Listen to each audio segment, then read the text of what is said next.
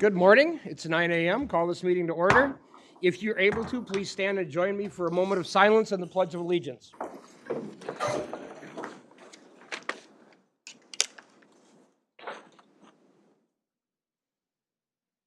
I pledge allegiance to the flag of the United States of America and to the republic for which it stands, one nation, under God, indivisible, with liberty and justice for all. First item on the agenda would be to approve our regular meeting proposed agenda. Can entertain a motion to that effect right this time? So move. Moved by Commissioner Gray, I'll second. seconded by Commissioner Phobie. Mr. Any Chair? discussion? Mr. Missel? Thank you. Sorry to interrupt you, sir. With the board's permission, staff would be interested in the board's consideration of an additional item, item 15, which would be a short workshop to discuss economic development interest in county-held property. It'll probably be only a 10-minute workshop. We can do that following the closed session. Mr. Weber will be here for both of those. Okay. If you accept that as an amendment? I'll amend the motion to include number 15. I agree. Okay. Any further discussion? Hearing none. All those in favor, please say aye. Aye. Opposed? None. Motion carries. And next item on the agenda will be appointing our county auditor treasurer. Mr. Messel, please. Thank you, Mr. Chair, members of the commission. Just a couple of background comments here. Is Judge Buccione here yet? Okay. Just by means of background, as you know, Miss Arnold, who has been serving us for a long time, a wonderful time, total of over 30, how many years with the county? 34. 34? Over 34 years. Yeah, 34 years, has elected to retire this summer, and we wish her all the best. Pursuant to Minnesota statutes, the county board entered into a process to appoint an auditor treasurer to serve out the remainder of the term. A couple of things there. It is an elected position. It remains an elected position, but under state statute, the board is obligated to appoint somebody for the remainder of the term. Not to the next general election, which would be this fall, and not for a special election. State law is very clear on that. So we did entertain a process to solicit applications for the position of auditor treasurer. We had over a dozen applicants.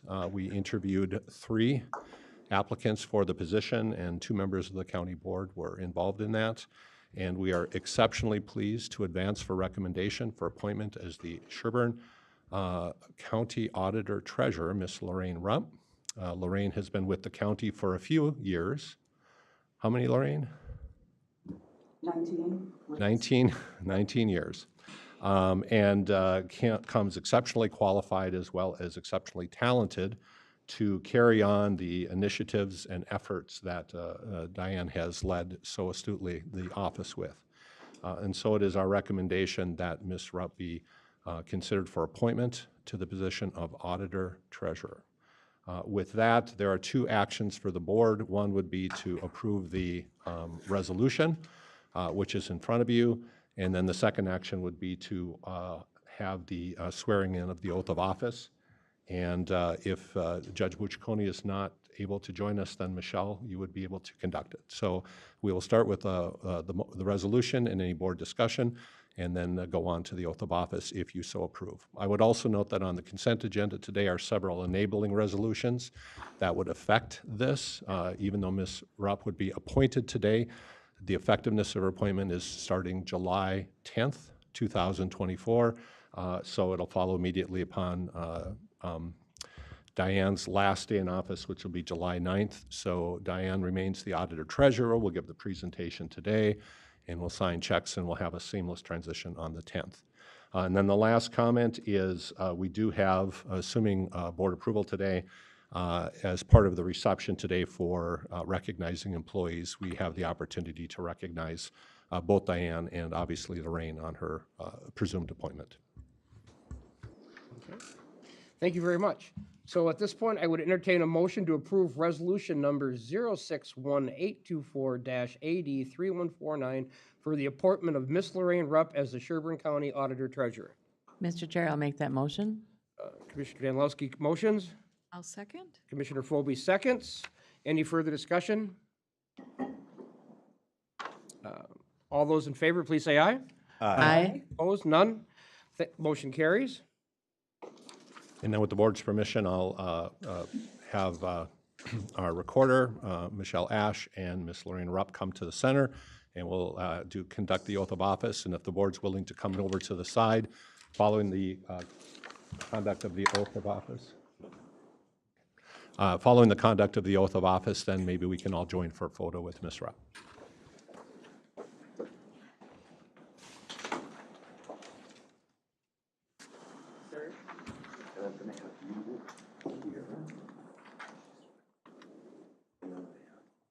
Here. Okay. And then if you want to wait a second. Go. Are you ready? I am ready for this.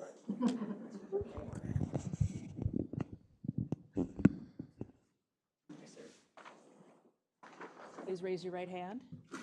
Repeat after me. I, Lorraine Rupp, I, Lorraine Rupp, do solemnly swear or affirm do solemnly swear or affirm that I will support the Constitution of the United States that I will support the Constitution of the United States and the Constitution of the State of Minnesota, and the Constitution of the State of Minnesota, and that I will discharge faithfully and I will discharge faithfully the duties of the Office of Auditor Treasurer the duties of the Office of Auditor Treasurer in the County of Sherburne, in the County of Sherburne, State of Minnesota, State of Minnesota, to the best of my judgment and ability. to the best of my judgment and ability. Congratulations. Thank you.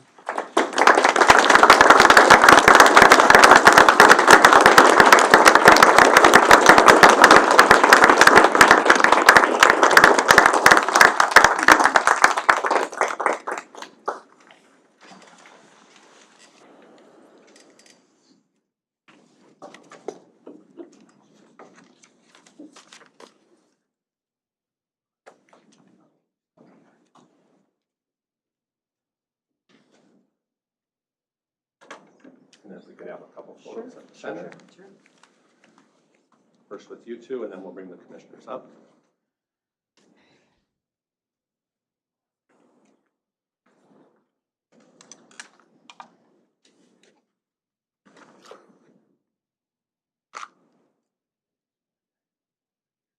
Okay.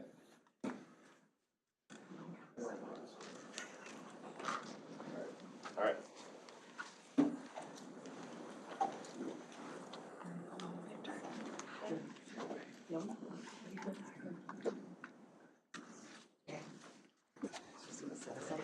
Yeah, these guys, someone's got to organize these people. You guys are getting good at this. So are you.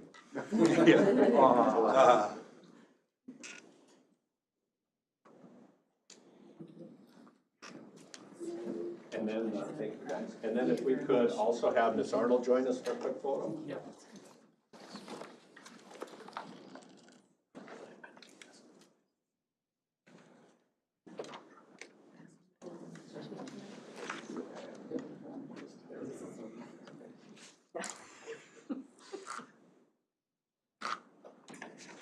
Are we centered with the Sherburne County thing? Yep. And then one last photo, if we could have the best auditor treasurer office in the state come up and join us. You guys want to stay up there? Or you'd rather go? All right, we'll just do the team. Diane, you stay up though. Whatever makes everyone happy. Y'all showed up, you better get up there and get a picture. Right, exactly.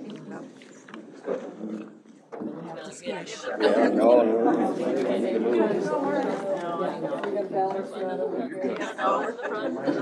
you all this way a little bit. Lisa, we got them where we want them? I think so. All right, on three. 1, 2, 3. All right. 1.5, 2.5. Is that it? And then the last photo with the happiest man in Sherburne County. So Yeah. come on up.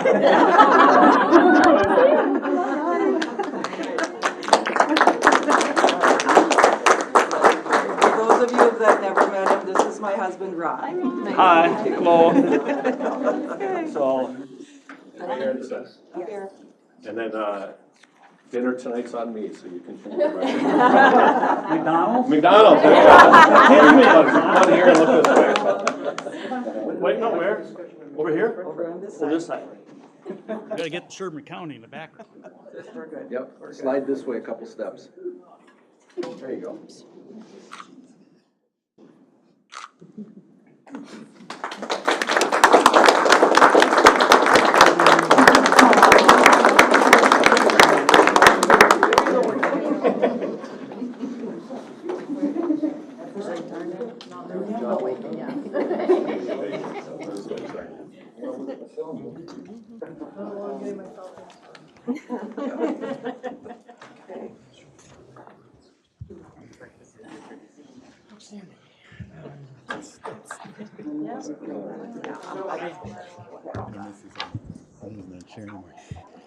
Would like to mention in closing on that I'm really, really happy with this transition. I think it's going to be good for everyone because we'll be able to keep that very important job just clicking right along and keep good track of our accounts and all those things that they do over there. So thank you very much. Next item on the agenda would be to open the public hearing for the County Board consideration of interim ordinance 728, authorizing a study and imposing a moratorium on the operation of cannabis businesses. Good morning. Good morning, Commissioners. And so we are looking at an interim use ordinance moratorium for cannabis so that we have some time to plan. I have George Kennedy with me from the County Attorney's Office. We've been working with them on an ordinance, and he's going to give you some background information. Morning. Good morning. In 2023, the Minnesota legislature legalized adult use cannabis and created the Office of Cannabis Management. That office was tasked with creating model policies for local government to use regarding reasonable restrictions for time, place, and manner of operations for cannabis businesses. They're also responsible for creating a licensing and regulatory process for all cannabis businesses, and the anticipated start date for that was 2025. In May of this year, there were amendments to the cannabis laws. They included a pre-approval licensing process for social equity applicants. They're going to start receiving those applications July 24th to August 12th of this year. And then OCM, the Office of Cannabis Management, may grant pre-approval for those licenses starting at that time. Some pre-approved applicants could start growing immediately as long as they comply with existing rules for medical cannabis, and they've provided documentation from the local unit of government where the business will be located, saying that they comply with all local ordinances and state fire and building codes. The cannabis law authorizes local units of government, including counties, to adopt a moratorium on cannabis businesses that regulate, restrict, or prohibit the operation of cannabis businesses, to conduct a study regarding the reasonable restrictions on time, place, and manner of operations for the purpose of protecting the planning process and for the health, safety, and welfare of its citizens. That moratorium, or a moratorium, can only last until January 1st of 2025, according to state statute. Currently, there are no model policies or directions from OCM for local units of government to consider. So the Sherburne County Planning and Zoning is requesting a moratorium ordinance to allow time to study and adopt reasonable restrictions on cannabis businesses within the county's zoning jurisdiction. That would include the unincorporated areas of the county, excluding Baldwin, Becker, and parts of Haven townships. And then the proposed ordinance would become effective the date of publication. Are there any questions? Mr. Chair. Go ahead. So this would expire then January 1st of 2025? That's correct. Okay. Does this preclude any of the applicants from applying for their licenses? The general license process, I believe, starts in 2025 still, so this would just be for the social equity licenses. I think they'd still be able to apply, but they would have to go through an additional step to get the zoning approval. Additionally, this isn't saying that we would have an ongoing moratorium. This is to make sure that we have time to get appropriate restrictions in place for the location of those businesses going forward.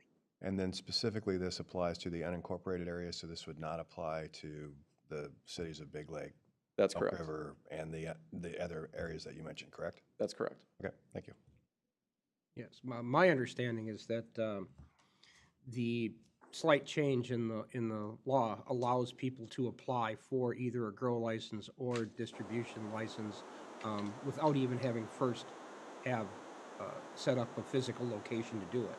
So I don't think we're going to be interfering with their ability to get licenses at all. It's just a matter of making sure that we can put these businesses well located within our county.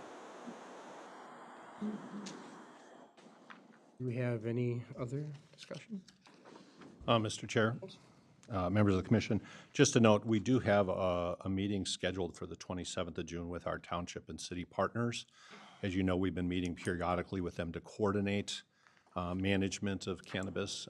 So Commissioner Hulse, to your point, we've been, consulting with the cities as well. I'm not aware of any cities other than the city of St. Cloud and Stearns County that have adopted a moratorium. Wright County's also adopted one. They actually adopted one early, even before the session ended. So they're also doing a study of what's going on. We'll also cover opioids at that same meeting because annually we're supposed to have an opioid discussion as well. So the sheriff's team and the attorney's team will be meeting with townships as well and communicating with them. One more question. Sorry, do you want to go? You can go now, finish. Just one more question. The ordinance, as it was written, required a minimum number of dispensaries per county, if I recall correctly. Do dispensaries in incorporated areas in the county count toward that minimum requirement? I believe so. Mr. Chair? The statute, not the ordinance, the statute requires it. It's kind of a convoluted mess, and the legislature didn't help right now. So while the city dispensaries may count as the minimum, there's not a maximum. Right. So, while they may count, am I, George, I'm correct on that? Yeah. So you may have a city that has 8 of them, and they may fill up the minimum of the county, but they might choose to have 8 versus 1 or 2, so. And Mr. Chair, I think this is a smart move. It allows us to get things in place so we are not having a potential cannabis business opening too close to a school, a church, a daycare, a park, other areas like that. So I think this is a smart move for us to get our ducks in a row. Yeah, I mean, it just gives us an ability to figure out where we want them, because I did a little research on cannabis business as it operates in the United States right now, and there's basically 3 primary phases: the actual growing of the cannabis flower for consumption, the growing of nursery plants, the seeds to grow these seedless feminized plants and feminized seed production, and then production of general seeds. And all these, if you look at it from the perspective of being, if you take out any objection to smoking of cannabis or how you feel about it, put it in the same classification as alcohol or tobacco, things that we regularly produce, regularly use that aren't good for us, it's actually a great business for like a county in transition like ours. I mean, you could make $600,000-$700,000 using an old dairy barn as your basis of operation for a grow operation every year, easily. So, but we just have to make sure that we know where we're putting them and how many of them we're going to have. And with the lack of guidance that we have from the state, the moratorium is what makes the most sense for us at this point in time, I think. So, is there anybody here to speak on this for the public hearing? Anybody sign up for that? Do it. Yeah, just at this point. Yeah, say we could open up for public commentary at this point, I guess. And for the record, we'll note it as opening a public hearing versus commentary, if you're okay with that. Yes, okay, thank you.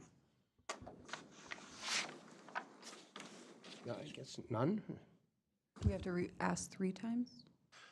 3 times, yes. You want me to do that? Yeah. Is anyone here interested in speaking at the public hearing? Anyone interested in speaking at this public hearing? Anyone interested in speaking at the public hearing? Mr. Chair, no one has indicated interest in speaking at the public hearing. We've received no other letters or emails for the record. So at this point, we'll close the public hearing and move on to, we are doing the actual ordinance then at our next meeting or today? Today. Today, okay. So, Mr. Chair, I will make the motion to approve ordinance number 278, authorizing a study and imposing a moratorium until January 1st, 2025 on the operation of cannabis businesses within the unincorporated areas of Sherburne County. I'll second. Commissioner Philby motions, Commissioner Danilowski seconds. Is there any further discussion? I did have one comment. I think that we're probably going to see maybe some more cities that might make this move now that they're seeing other entities, so they can get prepared as well. Thank you. Yeah, and Mr. Chair, many of us were at the AMC district meeting on Monday where this was discussed, and as we discussed it more, similar to what Mr. Messelt said, it gets more and more confusing and feels convoluted, so really trying to figure it out, and they asked for hands of people that had adopted a moratorium, and there were quite a few hands in the air. So, yeah, I think it's a good, prudent effort right now for us to be doing this. Yeah, it's just way too unclear what the actual intent and how we're going to run it. Yep. The OCM just isn't really functional at this point in time, so. All right, if there's no more discussion, all those in favor, please say aye. Aye. Opposed? None? Motion carries. Thank you. You bet. We're going to open a public hearing for a proposed amendment to the Economic Development Authority, enabling resolution number 062124-AD3144. Good morning, Commissioners. The EDA is recommending several changes to our enabling resolution, and by statute that requires a public hearing. So I'm just going to summarize some of the changes that are in the document, and it was included in your packet. But it states members may be dismissed for missing meetings. In the past, it said shall automatically. Obviously, these are private sector individuals, and they have lots of reasons that they cannot attend meetings. So we wanted a little more flexibility there. Statutory reference numbers were added throughout the document. Every couple of years when we review this, we ask about a certain clauses, and now that we have statutes in there, we can find that language in the statute. Grants the executive director authority to submit financial statements. That has been our practice, but it's stated treasurer for the EDA. It's actually staff that does that. And then it also, the change, the EDA shall not levy without the approval of the Sherburne County Board. It previously stated they shall not levy. So this grants the county board authority to allow the EDA to levy if need be. It does not grant the EDA authority at this time. It just gives the board more flexibility in the future. So with that, I'll answer any questions. Anyone have any questions or commentary? Mr. Chair, I just wanted to say that we had good conversation around that, and the feeling was that you never know what might come up in the future, and to have this flexibility, although the final say is always going to be with the county board, we felt that it was important to expand that. Okay. Mr. Chair. So the one area that gives me pause, and I've been part of the EDA, is the ability of the EDA to levy. I find, but the way this is set up, it is, in fact, they have to come to the commissioners. We have to approve precisely what that would be, and then it could be included in the levy. So the way it works essentially is as another department, if I'm stating this correctly. So it's not that the EDA, the way it's written, the EDA does not have the power to levy on their own. They cannot, because I would not be in favor of an unelected board having that power. But the way this is set up,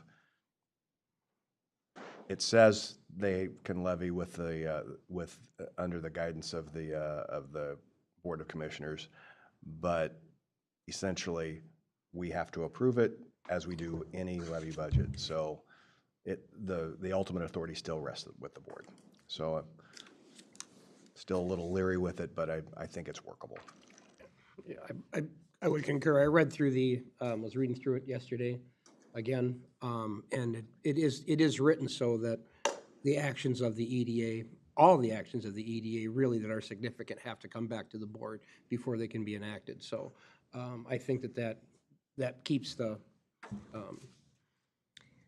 decision-making in the hands of the elected officials, which is important. So, yeah, I don't have any objection to it. So at this point in time, is there anyone here to speak on this matter at the public hearing? Is there anyone here to speak on this matter at the public hearing? Is there anyone here to speak on this matter at the public hearing?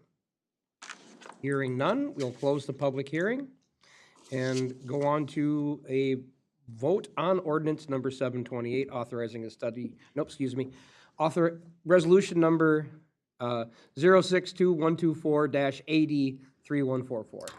I just need to make one correction. It says 21, I put the wrong date. It should be 0618, which matches today's date. So that'd be the one change. This is resolution number. Thank you. Yeah, Mr. Chair, I'll make that motion with that change as referenced. Commissioner Danilowski. I'll second that. Commissioner Gray seconds. Is there any further discussion? Hearing none, all those in favor say aye. Aye. Opposed, none. Motion carries. We can move on. Close the hearing, move on. So next is open forum. Has anyone signed? I'm sorry? Actually, staff is looking to change the bylaws of the EDA as well. That does not require a public hearing, but it does require approval of the county board. So those are very similar to the changes in the enabling resolution. The only different changes would move the annual meeting from the fourth Thursday to the third Thursday. Otherwise, very similarly, statutory references were inserted into the document, and then it does move the budget prep from the EDA treasurer to the executive director of the EDA. So we would just need the board to approve those bylaw changes as well. Mr. Chair, I'll make a motion to approve the bylaw changes of the EDA as presented. Okay, Commissioner Danilowski, motions? I'll second that. Commissioner Gray seconds. Any further discussion? All those in favor say aye. Aye. Aye. Opposed, none. Motion carries. Thank you. Now we're on to open forum. Is anyone here for open forum today? Yes, Board Chair, we have one person signed up. We have Kari Watkins of Haven Township to speak regarding sudden arrivals. Good morning. Good morning, Commissioners. I'm here to speak against Sherburne County giving any physical or financial aid to sudden arrivals if they are not properly documented or vetted. The Minnesota Constitution, Section 9, treason defined, states, treason against the state consists in levying war against the state or in adhering to its enemies, giving them aid and comfort. This is mirrored in the U.S. Constitution, Article 3, Section 3. If some of these sudden arrivals are known enemies of the U.S., you could be at risk of committing treason by giving them aid and comfort. A known enemy of the U.S. was arrested in Minnesota earlier this year after crossing the southern border and living in Minnesota for a year. Even more concerning is the possibility of being complicit with human trafficking. Guatemala's Attorney General is investigating U.S. NGOs for child trafficking and has asked the Texas Attorney General to assist in this investigation. How can you be sure these sudden arrivals are not trafficked children from Guatemala or any other country for that matter? If they are not properly vetted or documented, you can be sure that they are. You cannot be sure they are not trafficked or criminals or foreign agents wishing to harm this country. Even if border agents do cursory vetting, they don't have enough time or information to assess those coming across making false claims about who they are and therefore coming illegally, as the 8 arrested last week with ties to ISIS. I quote a News Nation article I have attached. These arrests come months after FBI Director Christopher Wray warned of an increased national security threat. He testified before Congress in April about concerns that human smuggling operations at the border were bringing people with possible connections to terror groups. I will tell you that we have a number of instances where somebody who is of concern, where there wasn't adequate biometrics or other identification information at the time they came across. Then later information is found that highlights they're of concern. And then it's the FBI and our partners who have to go to try and find that person, take whatever action we can to disrupt the threat that that person poses, Ray testified, end quote. Your oath is to the Constitution of the state of Minnesota and the U.S. Constitution. I am in no way against immigration. I have 2 adopted children from other countries. I helped a family member obtain a green card. I am against human trafficking and allowing criminals and enemies into our country funded by our taxpayer money. Thank you. Thank you. And Mr. Chair, we did receive an email request for open forum from Ms. Terry Dickinson, District 4, Sherburne County. By your policy, I'll just summarize it and then forward it to you. Mr. Chair, one clarification, District 2. District 2, it says District 4, I'm sorry. There are, she cites the several articles of the U.S. Constitution as well as the Minnesota State Constitution, and then asks, and I'll quote this section here, I insist that you strictly observe the limits of government in the Minnesota and U.S. Constitutions. There's an imminent danger to public safety posed by the invasion of unlawful aliens. Unlawful aliens have been tied to human, drug, and sex trafficking, along with excessive homelessness and increased crime rates. And then that pretty much the summary. She says at the end, please stand by your oath of office. You are duty bound to uphold the U.S. and Minnesota Constitutions. So I will enter that into the record on behalf of Ms. Dickinson and forward a copy to each commissioner. Thank you very much. That will bring to an end our open forum for the morning. Next item up on the agenda is the consent agenda. I am not aware of any changes to the consent agenda at this point in time, so at this point I would entertain a motion to approve the consent agenda as listed. I'll make that motion. Commissioner Gray makes the motion. I'll second. Commissioner Phobie seconds. Any further discussion? Hearing none. All those in favor say aye. Aye. Those opposed? None opposed. Motion carries. Then we'll move on to the announcements. Thank you, Mr. Chair, members of the commission. With your permission, since we have a couple of visitors here, guests who are going to present, I'm wondering if the board would be willing to consider moving up regular item number 2 to receive an update regarding the Northland Reliability Project being undertaken by Great River Energy and Minnesota Power. Just because we have a few announcements, a few other things, and if you're okay, we'll move them up so these gentlemen can get on with their day. I think it's Brian and Jerry, right? Matt, sorry. Okay. So, Mr. Chair, is that okay if we move that up? If no one's opposed to that, I'm in favor of it. Okay. So, gentlemen, if you want to introduce yourselves at the podium, and again, hopefully this will shorten your morning. So. Great, thank you. My name is Brian Hunker, and I work for Great River Energy as a transmission permitting project manager. We'll bring up the PowerPoint here in just a second. So I have had the opportunity to present to you guys. It was roughly a year ago. I think it was May, June of 2023 timeframe. And this PowerPoint that we're going to hear today is a continuation of that process. And so we're just here to provide you with an update on where the project is at, especially where it's at in the regulatory process. So this project is proposed by Great River Energy and Minnesota Power, and the Northland Reliability Project is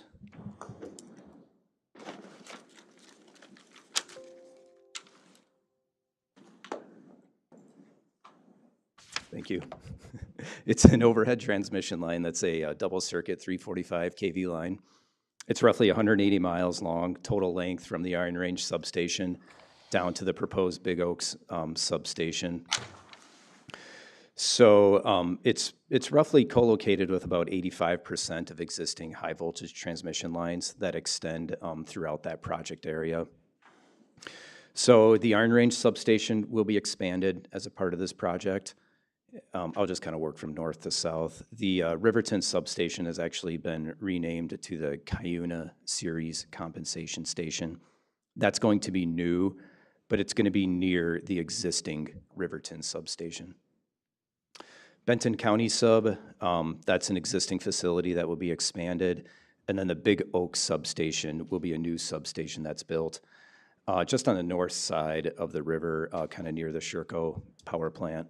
And that's actually going to be built by Xcel Energy as a part of the Alex to Big Oaks project. So this project is part of a regional transmission plan proposed by MISO, which stands for Mid-Continent Independent System Operator. And they're our grid operator here in the, actually for the entire Midwest from Minnesota down to near Texas. We are in the upper MISO footprint. And as you can see, there's roughly 17 projects extending from North Dakota all the way over to Michigan. And so the Northland Reliability Project is one part of a greater transmission system upgrade. The project has got four main needs that it fulfills. Most importantly, it enhances reliability for the grid. It increases capacity on the grid and flexibility to bring on different generation resources that are out there. And then it also increases resiliency on the grid and makes our transmission system stronger. You could think of the project in two segments. Segment one extends from Iron Range down to the Benton County sub, and that's shown in orange here on the PowerPoint. And then segment two, segment one is new transmission, roughly 140 miles long. Segment two is a rebuild of two existing transmission lines. So that's what's here in Sherburne County. Both of those transmission lines are existing. They will be wrecked out and replaced as a part of this project. Both of those lines are 20 miles long, roughly, for a total of 40 miles. So that extends from the Benton County sub down to Sherco and then over to Big Oaks.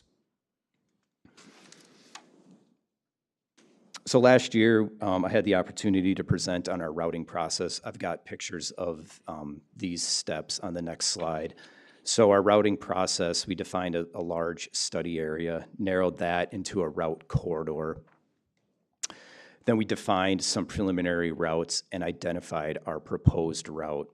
That proposed route was filed in a certificate of need and route permit application with the Public Utilities Commission in August of last year. So throughout this routing process, we did hold a series of public engagement meetings, attended some county commissioner meetings, attended agency meetings as well. And so right now we're in that Public Utilities Commission process. So as I indicated, here are graphical representations of our route development. You can see where we started out with a wide study area. Sequentially in each step, we narrowed down that route to one proposed route that's within our certificate of need and route permit application. So that's what we are seeking permission from the Public Utilities Commission for. This next slide, and as on the 11 by 17 map that I handed out, this shows the route here in Sherburne County. It shows the two existing transmission lines. One is shown in, the existing transmission is shown in purple dash and yellow dash. Again, those will be wrecked out and replaced with the new double circuit line. So as a recap, we filed our route permit application in August of 2023. In October of 2023, the Department of Commerce and the Public Utilities Commission held what are called scoping meetings. So that's when they invite agency and the public to come on up, provide any kind of comments on the project that they want. They can actually propose a different route or route alternatives if they choose. That information is collected and it's evaluated in an environmental assessment.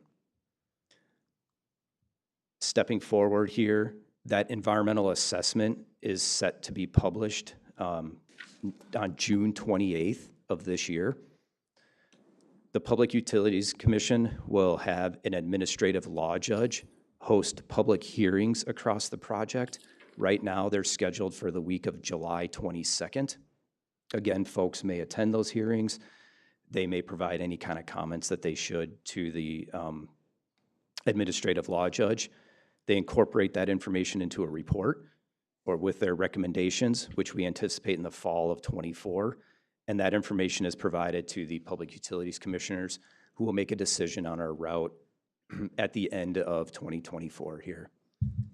All of this information that we file, that folks may file, or even Public Utilities Commission or Department of Commerce, it's all available on the Public Utility Commission's e-dockets website. So you can see that here at the bottom of the screen. And then the 2 docket numbers are listed as well. In addition to the Public Utilities Commission process, we are also conducting cultural resource studies, wetland delineations, rare plant studies. Segment 2 was actually, Segment 2 and our substations were studied last fall of 2023. We are continuing that environmental and cultural resources fieldwork here. We started actually in May in Segment 1. We are continuing that through June, July of this year. And then probably some of the units, or I'm sorry, some of the surveys will continue into next year of 2025. Just for any members of the public who might be listening, we do have acoustic detectors that are set on the landscape to collect data for rare and endangered bats that might be out there as well. All of those are set up in our existing transmission right-of-way. This shows a graphical representation of what the right-of-way is proposed to look like. So in Segment 1, there's an existing H-frame structure where we'll have a single monopole structure that's on a concrete pier foundation that will be built next to or adjacent to the existing transmission for, again, roughly 80% of that route. That allows us to overlap the existing rights-of-way together. Segment 2, so the picture there on the right shows the existing structure, which is that wood H-frame that will be removed and replaced with that monopole. In order for us to conduct field surveys, we do obtain rights of entry from landowners, and then we will, for Segment 1, begin that easement process as well, and that's going to probably be beginning here this year. So a couple quick milestones that are important to note. We discussed that EA being published June 28th, public hearings that week of July 22nd. We have begun engineering at our substations and Segment 2 of the transmission line. We will be beginning the state and federal permitting processes, so that's like DNR permits, things like that, especially once we start collecting data back from our cultural resource surveys and environmental surveys. That hits that 4th bullet. The 5th bullet here is we anticipate starting construction in the fall of 2025 on the rebuilds down in Segment 2. Everything that I presented today is available online. You can either go to the Public Utilities Commission website, that eDocket site, or we have a project-specific website as well. Anybody may submit a comment or call our hotline if they have any questions. Those come directly to Matt and I, and then our counterpart with Minnesota Power as well, and we'll connect with folks and address any questions that people may have. So with that, are there any questions here today? Anyone? One question I have, with the reroute of these, the existing lines that are in Sherburne County, they've been there a long time. Most of the irrigators that are, the center pivot irrigation systems that are traversing around in those systems, is this gonna benefit? Have landowners signed off on the, because obviously the taller monopoles are not gonna be staggered the same as the existing wooden structures that are there.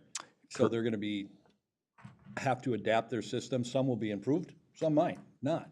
Correct, yeah. That was a very, very prevalent comment that we received at a lot of our public meetings. So we are working with all those landowners who do have center pivot systems. One thing that's nice about this transmission line is that the spans are longer, so we will have fewer structures out there, as well as you mentioned too, they're taller than some of the existing structures that are out there. So we do try to site them and work with landowners to avoid and minimize any impacts to their irrigators. We have received some comments where folks maybe have like 2 irrigators in a field, and they want to change that out and put in like one larger one. So there are some of those optimizations that people may be able to have, and we can work with them on that. Right. So the distance between poles, the structures can be adjusted to accommodate some of them if need be. Yeah, so on the current H-frame system, I believe the spans are roughly 700 feet. We'll be increasing that to 900 to 1,000 feet. Okay.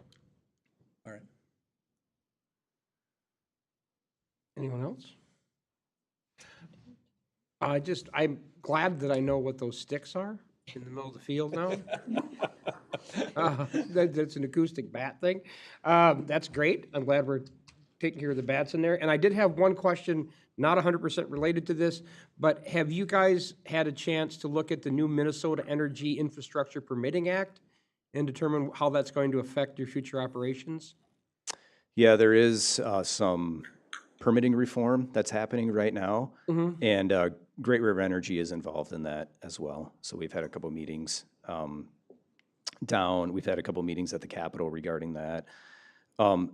That our project has started before the permitting reform, so that's going to be for some of the projects that are going forward or some new projects that are going to be proposed.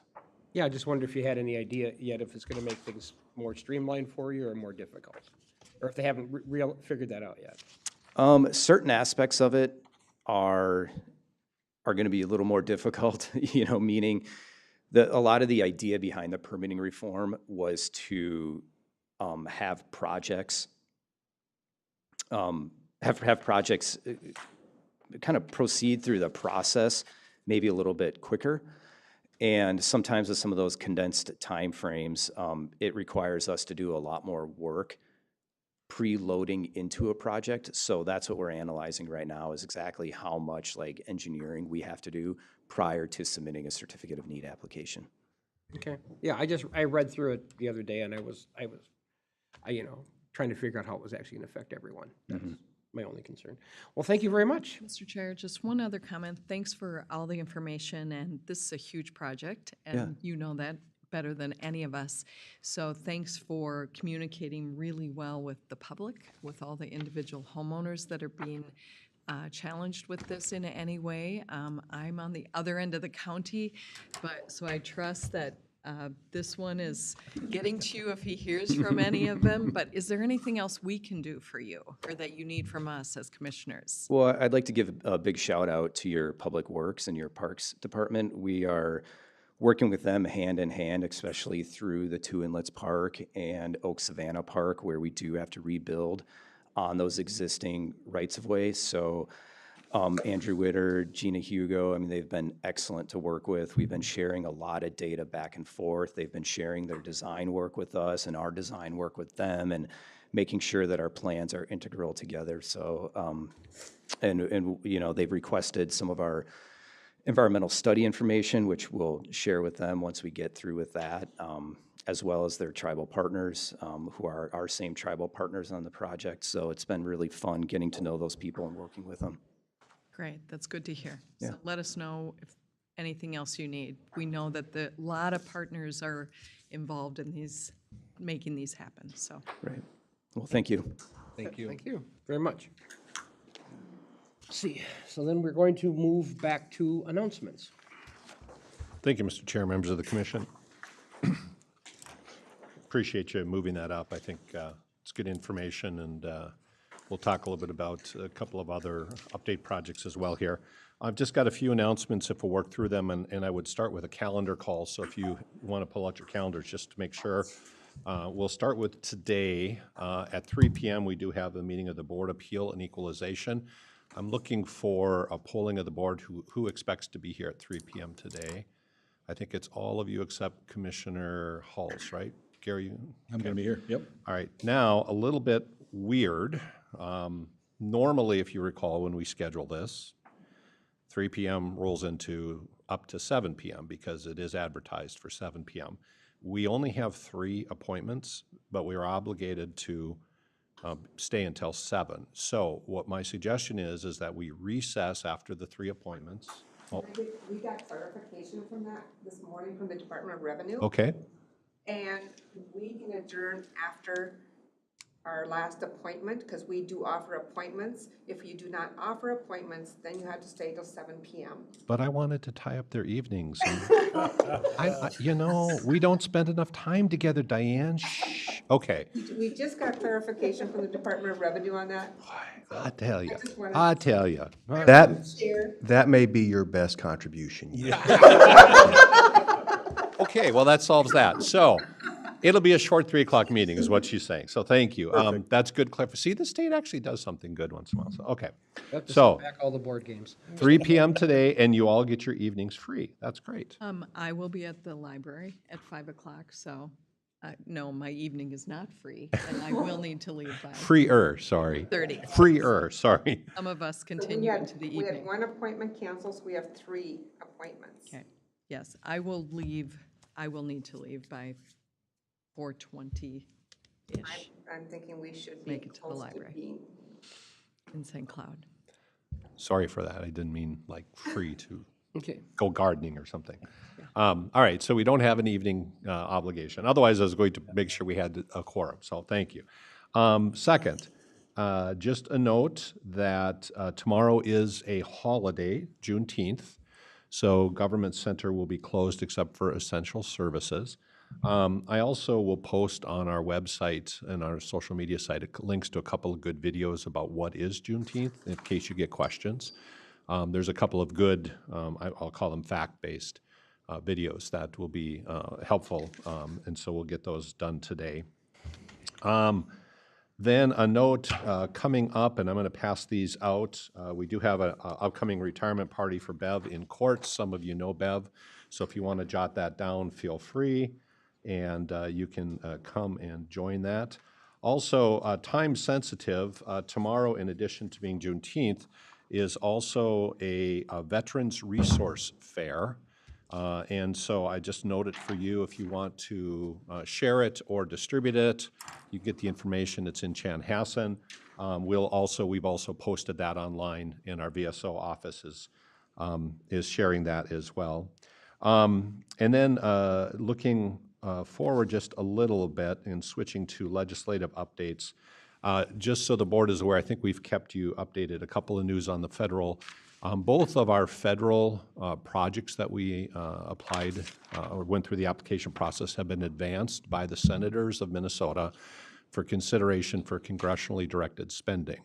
Those 2 projects, if you recall, are Phase 2 development of Big Elk Lake Park, and the second one is consideration of jail renovation and improvements related to federal housing contracts.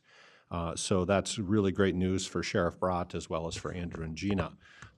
As a result of that, the Senate is in recess right now, but the Senate hearings will be starting on the 9th of July.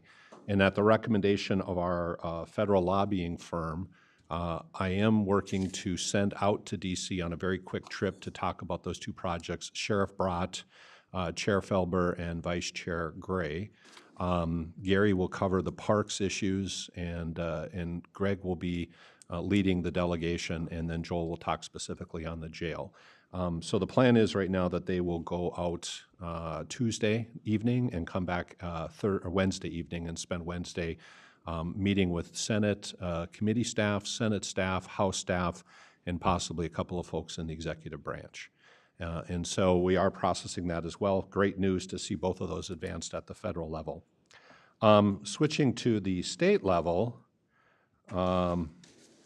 the great news that we got yesterday is that we have been awarded through the Lessard Sam's Outdoor Heritage Council $294,000 for part of Phase 2 development at Big Elk Lake Park. So kudos to Andrew and Gina and the team again for seeing another successful Lessard Sam's award. That really helps develop and get us from Phase 1 into Phase 2 for development of the park. And more of that will follow, but once the legislature is done, then they go through their awarding process. So that's excellent news for that. Moving on, A little more on calendar, Big Stone project, somewhat similar to this in terms of transmission, also part of the MISO project. Is having a series of open houses, so I'm going to pass this on because there's 4 of them. You can note if you want any information on the Big Stone South project. And again, we are posting that on our website and sharing it on social media. And there we'll have open houses here coming up in June.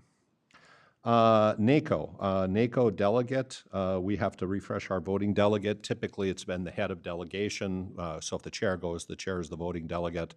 If they're not going, the vice chair, and if not, then we find another commissioner to be the official voting delegate. I just am confirming with you, you're okay if we continue that process. I just need to update and refresh that. So my plan is Commissioner Felber is intending to go, but if he's not going to be there that specific day, then I'll see about Commissioner Gray, and if not, to a few other folks. So with that, I'll just assume consensus is fine to follow our process. And then a couple of other things. We also had great news. We were declared an inclusive workforce employer under what's called the I-We moniker.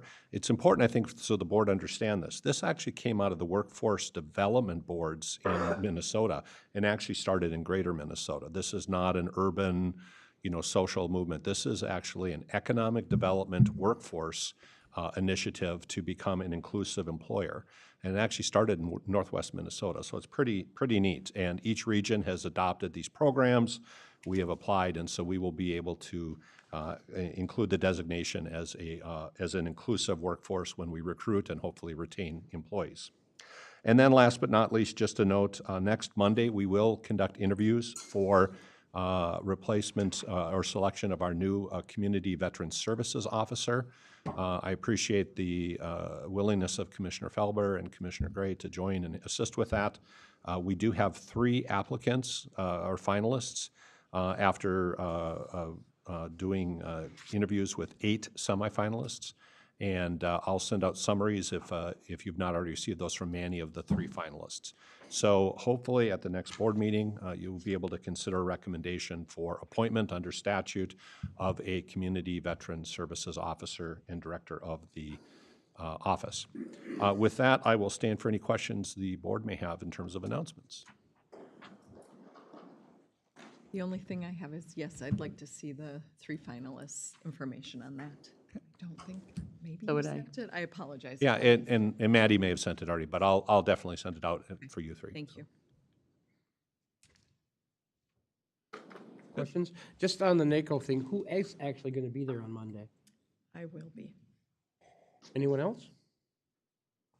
So I guess that pretty much resolves the issue at this point. All right. Commissioner Phobie will be our voting delegate then. Thank you. Okay. That clears that up. I guess we'll be moving on to the regular agenda. The first item on the regular agenda is consider approval of resolution number 061824-AD3147 regarding Spore Letter versus the state of Minnesota. Mr. Chair, Commissioners, as you know, the county as well as our auditor treasurer were named in the Spore Leader versus State of Minnesota as defendants. That puts us in a little bit different position than some of the other folks who have not been named in any of the 3 cases. As you're also aware, all 3 cases involving, and this all stemmed from Tyler versus versus Hennepin County, where they upside downed the manner in which we handled tax forfeited property.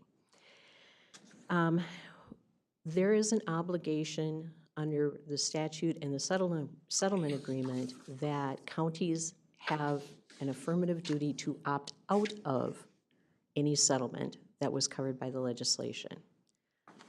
I'm making the assumption that that we did not wish to opt out of the settlement, as the state of Minnesota has funded the settlement to the tune of $109 million. With that assumption as my baseline, I just also wanted you to know that by entering into this resolution, which would be the approval of the proposed settlement, it does impose an obligation on our auditor treasurer's office. Namely, we had started to compile all the list of property owners and interest owners who may have been affected by this.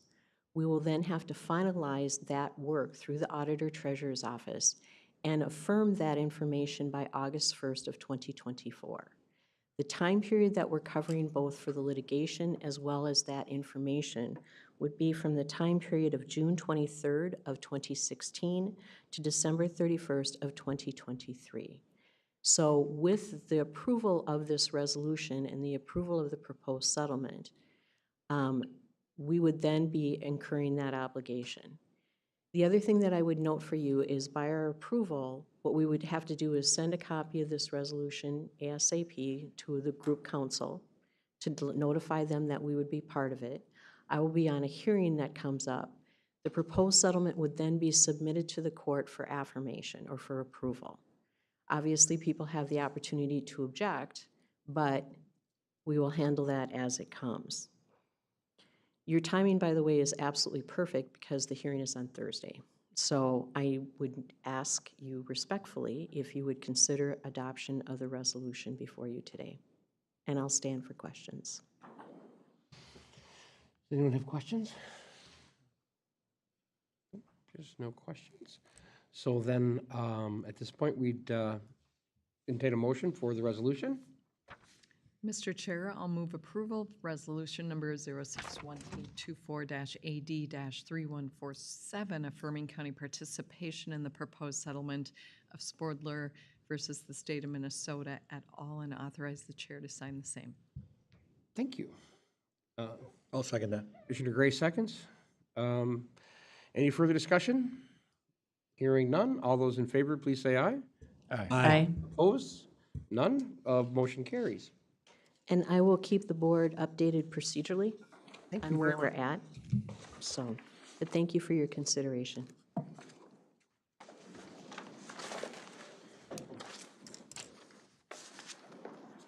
Next, to receive receive, review, and accept the auditor's treasurer's monthly report for May 2024. Our last report. Good morning, Commissioners. Yes, unfortunately, this will be my last report to you, but I want to commend you on your choice of Lorraine to be the continuing auditor treasurer for Sherburne County. You've made an excellent choice. She will do an awesome job. So, thank you for that. For my report for May of 2024, enclosed is the May trial balance that was completed by our accounting manager, Sherlyn Kapsner. And on there, you'll probably note that our school district isn't overdrawn on there, and that's because we had to do the third period for period one, payment for the May 15th tax collection that had to be advanced to the school districts, and we completed that distribution.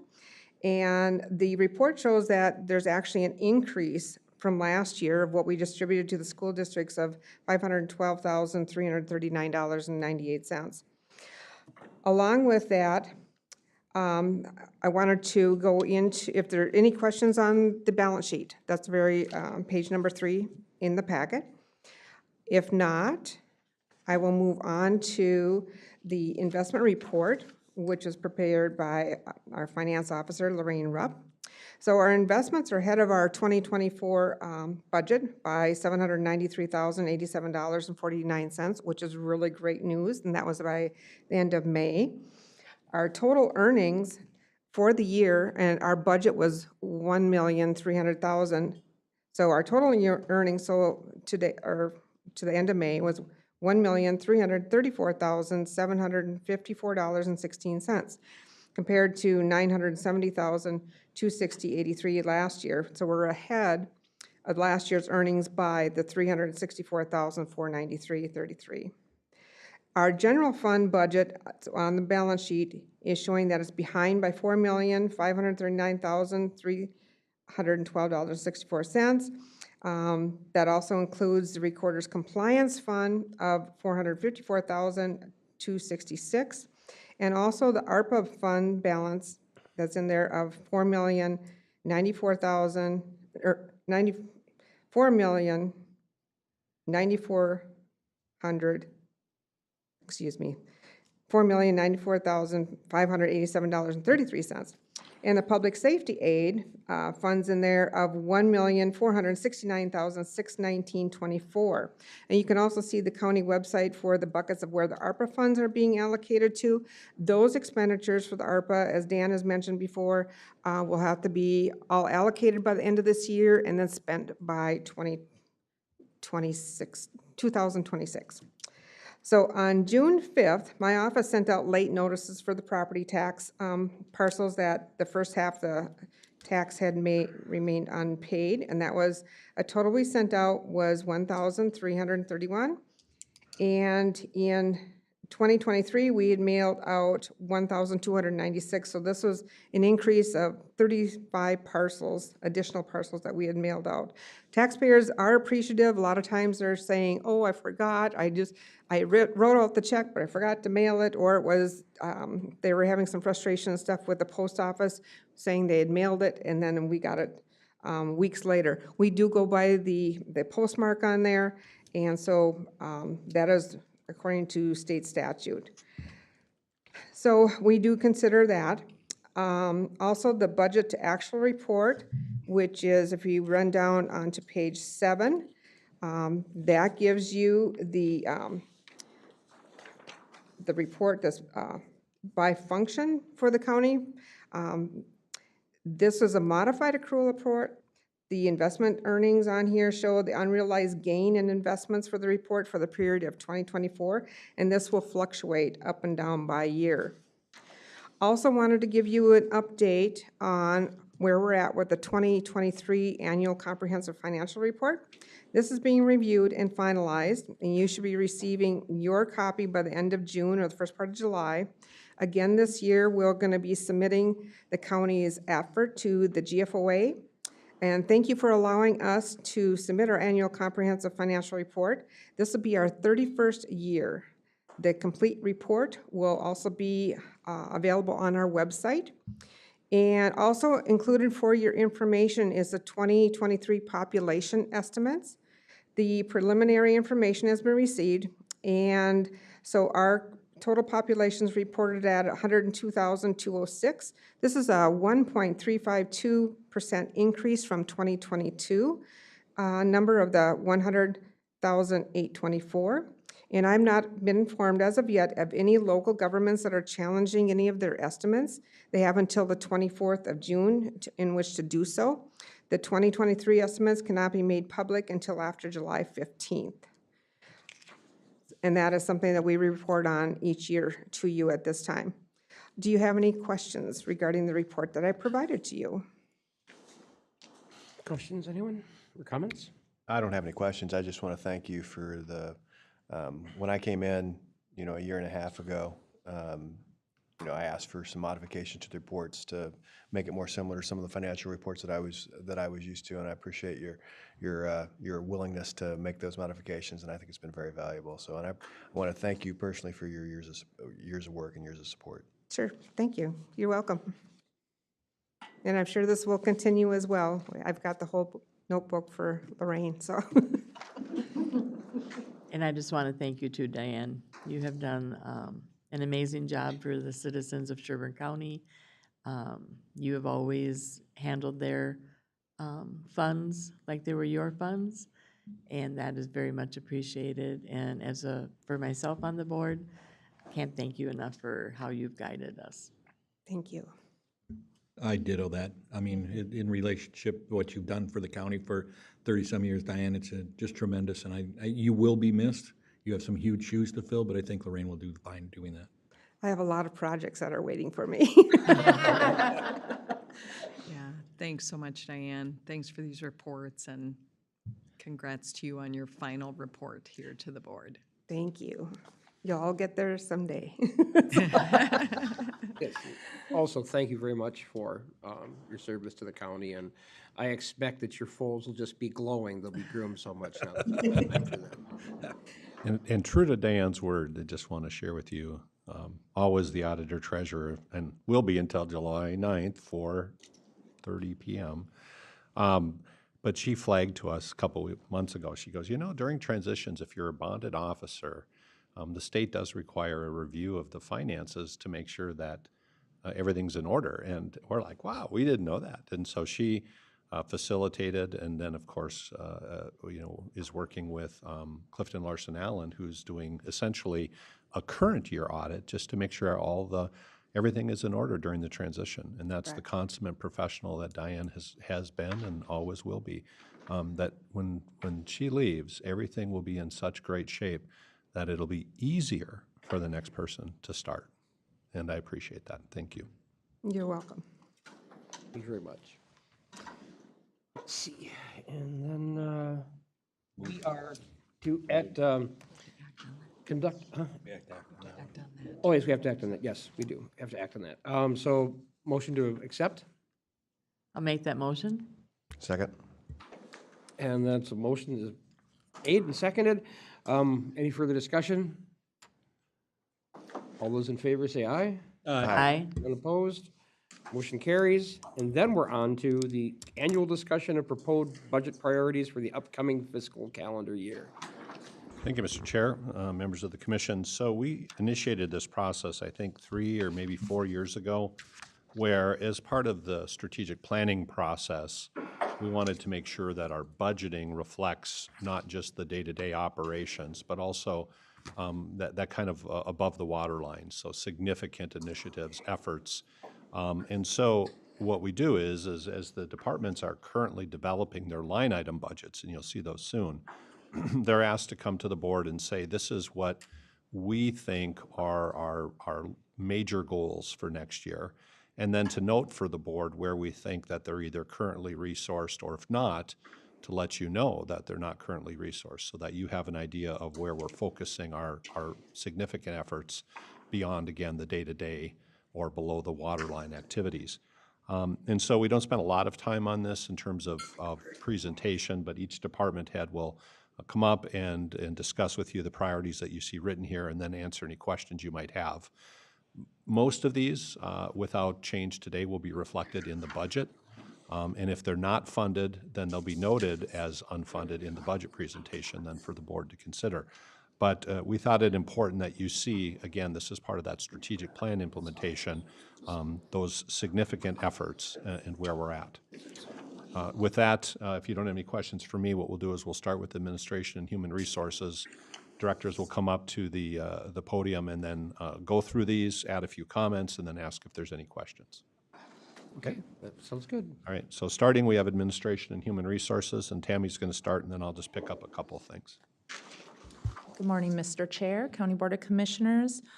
For 2025, HR's departmental budget priorities include continuing to develop and implement dynamic recruitment strategies in what continues to be a highly competitive labor market, developing and implementing employee retention strategies to increase job satisfaction and reduce turnover, including but not limited to conducting an employee engagement survey every 3 years, with one hopefully coming in 2025.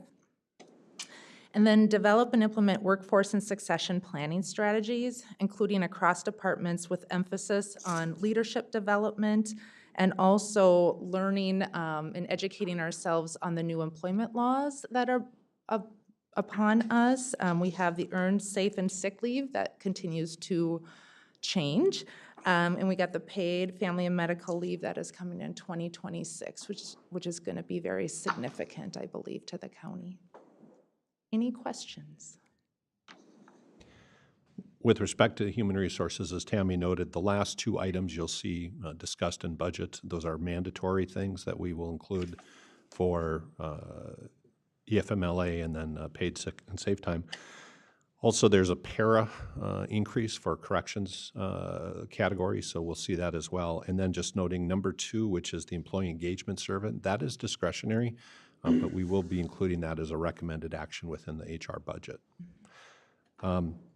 Tammy, anything else you want to add? Nope, that was it. Talking a little bit about general county stuff, and then Dan can address the shift of the economic base. First of all, obviously starting today, we have the facilitation of the transition for the departments and the leadership and the auditor treasurer, the Veterans Services Office, and the facilities management. All of those will bleed into at least the first half of 2025. Typically with onboarding for new department heads, we do more intensive collaboration, and then also essentially a mentorship program. The benefit is at least one of these transition positions with Lorraine will see the budget process. The other two transitions more than likely will be new budget processes starting next year. So administration will be working significantly to make sure those transitions are effective. And then just a note for strategic planning documents, there are 3 major ones that fall within the wheelhouse of administration versus, for instance, Lynn will talk about planning and zoning. But the county strategic plan, we've been slowly moving towards updating that, and that is essentially a rolling document. The updating the strategic transportation plan, we'll work with Andrew on that, and then of course the non-transportation capital improvement plan, which is presented to the board annually. So all 3 of those documents will have significant emphasis during the next transition period. And then with that, do you want me to cover EDA, or do you want to do it? Go ahead. Okay. And then Dan and I noted for you, continue the planning and the implementation of strategies to address what is obviously a generational long-term shift in the county tax base, specifically related to the closure of Sherco. So we'll see that impact significantly starting next year. Then there'll be another impact starting in 2028, and then a final impact in 2030, 31. All of those have seismic implications for the county economically, as well as probably what we'll see in terms of just our tax base. So we'll be working very diligently with the players to see that transition occur. Of note, as bad as it is for us, of course, keep in mind that Becker and the Becker School District have even a higher paying threshold that they're going to have to deal with on those transitions. You want to add anything else, Dan? Are you good? Okay. With that, we will stand for any questions for administration or human resources. I don't hear any questions. So. Crickets. Crickets. Good. All right. We'll turn to the county assessor and Michelle.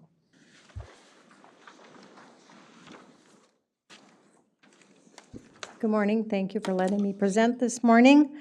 From the assessor's office, we have 3 goals in the 2025. The first one is obtain iPads for the appraisal staff to utilize when they're doing their field work.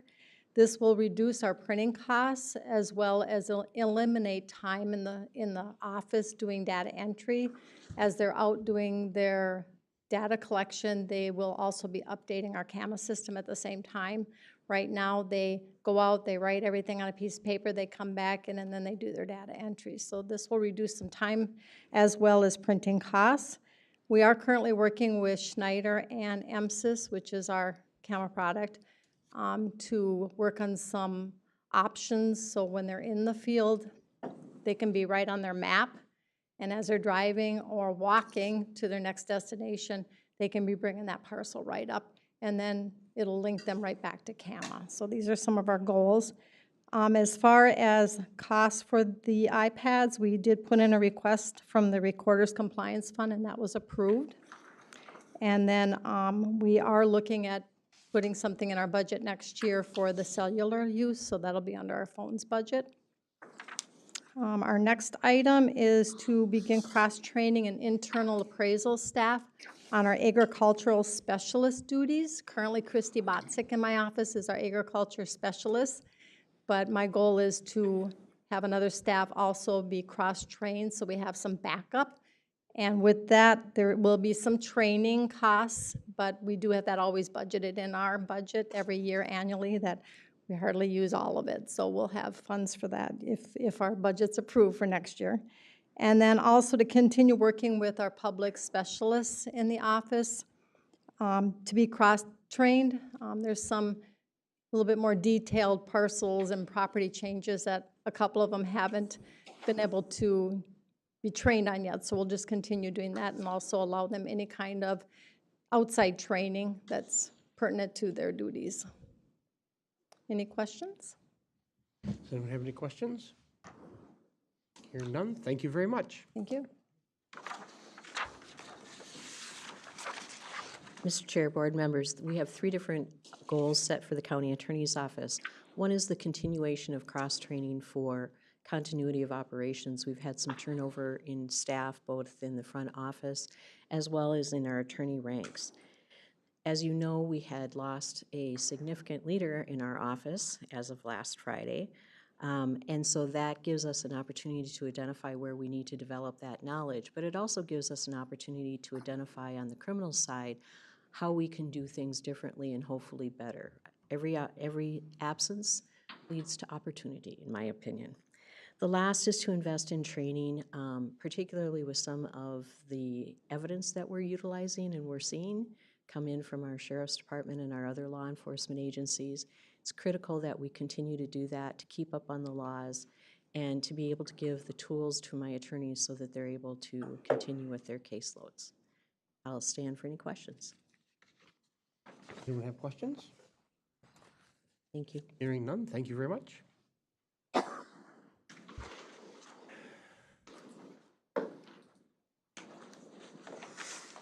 Good morning again, Commissioners. So for the County Auditor Treasurer's Office, what we are planning on doing with the 3 initiatives for our 2025 budget is continue our cross-training of our public service specialist positions, so they are able to assist staff when they're on leave or to fill in for customer service assistance. We're continuing to streamline and utilize electronic processing of our documents to reduce our paper usage, and also to plan for leadership training and succession planning to ensure continued stabilization and quality services are being provided to our county through the Auditor Treasurer's Office. One other thing that we have been doing, which is on the list each year, is that we are building the future election equipment fund, for which we're required to, when we were required to replace the voting tabulators. Their life cycle is 10 to 12 years, so we are on our 8th year in 2025 with our tabulators. So we're trying to plan for that so that there isn't this big spike in the budget for that year when that comes up. So we're planning, we're building up that equipment fund. So we're trying to keep things stabilized. So is there any questions that anyone has? Any questions? Hearing none, thank you very much. Thank you.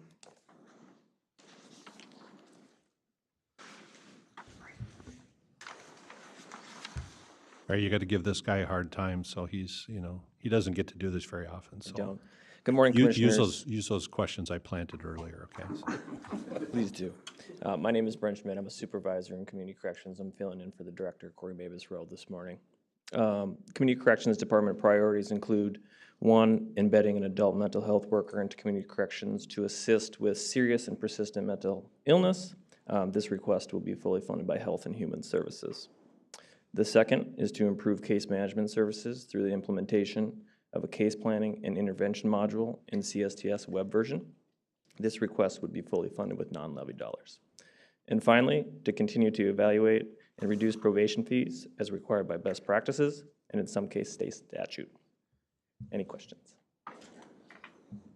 So we're going to go a little deeper on these, not just because it's Brent, but Please do. I just want to highlight a couple of these if you haven't seen them and what they mean. So the first one is going to come as a budgetary initiative, and it's a collaboration between the 2 departments, so Health and Human Services and Community Corrections. Corey and Amanda believe it can be self-funding, so that's why it's noted in there it's going to be fully funded through HHS, but at this point it's not expected to be a levy-funded position that he's talking about, and it is, I think, a best practices that you're seeing elsewhere, right, with the embedding? That is correct. Yeah. So this will be a new initiative, cross-departmental collaboration. The third one, also just want to note, and this is part of the budget presentation, which fees fall off the cliff in 27? Supervision fees. Okay. So by statute, all supervision fees are ended as of 2020. 2027, supervision fees will need to be eliminated. So what we had proposed, if you recall last year, was a step down, so it's not a huge hit on the revenue side, and so we'll be presenting as part of the budget a proposed step down, I think, of 1/3 of those fees in this year's budget year. There also are some other discretionary fees which are not required to be removed, and those are always available for board discussion. But again, what best practices has been doing is reducing the fees overall, not just in supervision, and so that'll be more of a budgetary conversation coming forward. Did I do okay, boss? That was great. All right, good. Thank you. Standing. Good morning. 2025 budget priorities for Health and Human Services. Number one, prioritize safety and well-being of children and families by bringing in select clinical mental health services in-house, providing respite and resources for those needing immediate assistance. There's a board workshop on this. Obviously, this generally is under-resourced, both financially and within the community. But by bringing in certain clinical mental health services for those acute needs, that would be a revenue-generating initiative. Number two, champion prevention and early intervention as a driving factor in delivering services to residents, working to keep individuals and families out of crisis and serving clients in the most cost-effective manner. This is a general statement, not directed toward any one particular line item, but really woven in multiple initiatives, and this is always levy neutral, really funded by grant dollars that we're able to secure. And number three is continue to promote collaboration with our community partners and departments within the government center, specifically when serving residents who are experiencing acute or complex mental health events. This is specifically referencing the co-responder program that we'd like to bring in-house, which would be levy neutral, budget neutral, no levy dollars that would be funded through our opioid allocation. And then also, as Brent alluded to, the community correction social worker and that would be funded with our adult mental health targeted case management revenue, which we believe would actually be revenue generating to the tune of about $30,000. Any questions? Anyone have questions? Hearing none, thank you very much.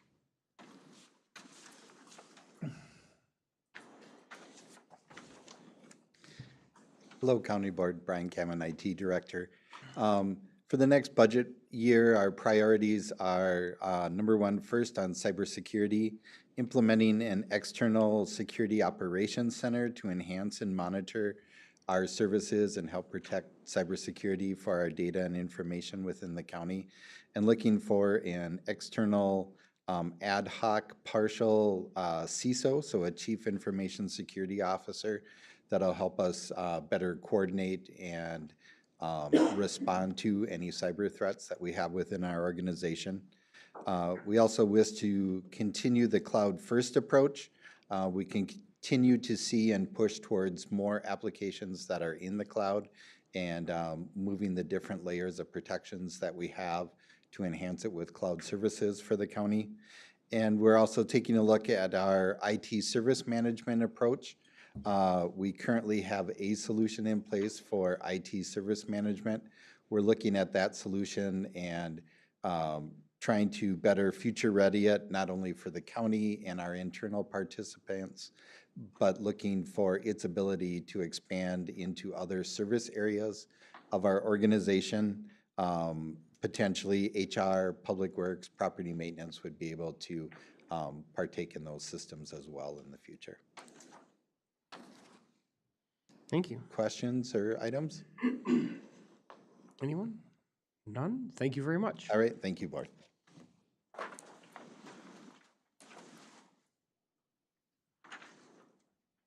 Good morning, Mr. Chair and Commissioners. To present the three top budget priorities for parks, the first two have to do with our newest acquisition, 2 inlets at Badehe Haka Omashkus Agans Regional Park. And our first one is to seek funding and acquire the critical inholding within this park landscape. And the second is to continue to improve and develop the landscape for nature-based recreation. Our third budget priority for 2025 is to continue to enhance trail connectivity, starting with the Great Northern Regional Trail and expanding that northward, and also to fill in other segments as identified in the county's transportation plan and the comprehensive park and trail plan. Happy to answer any questions. Just a footnote on item 1 with Gina here too. As of this point in the budgeting process, we are not including funding for item 1. The hope is that that critical property in holding, although there may be a local match on these, but right now we're not identifying them for grants.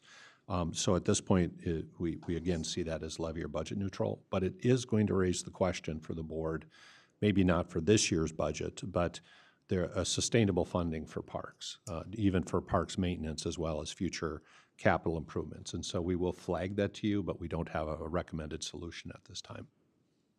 Thank you, Bruce. Thank you. Any other questions? Hearing none, thank you very much. Thank you.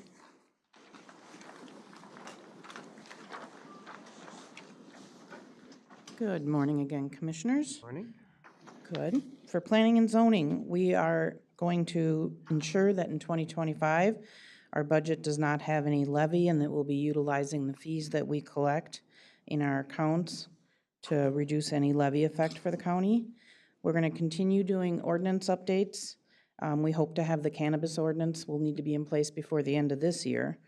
We're hoping to continue to work on scoping the EAW and the EIS for the 690-acre proposed Haven gravel mine. And so that is usually about a one-year process, so you'll be hearing a lot about that coming up over the next year or so. In addition, we are planning on looking into adopting a short-term rental ordinance. You hear these oftentimes referred to as VRBO. That's a popular brand that is out there for those. We're going to work towards adopting an ordinance for that. And finally, adopting an accessory dwelling unit section for our zoning ordinance in 2025 to address some of those issues that came up in the comprehensive land use plan. And Dave Lucas would like to speak regarding solid waste.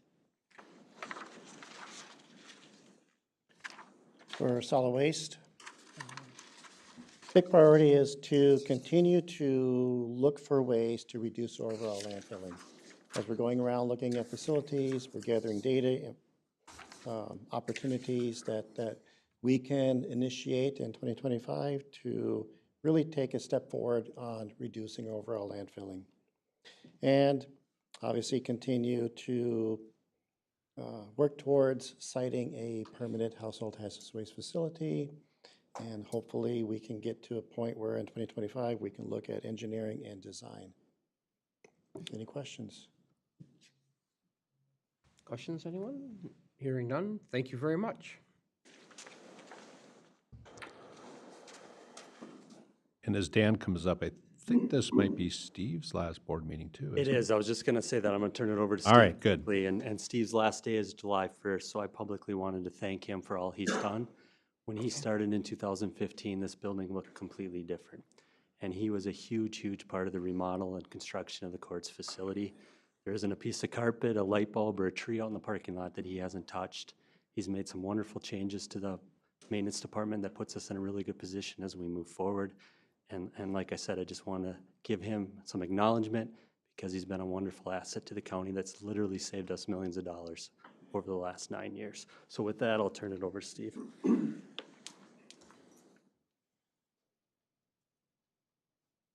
Morning, Board.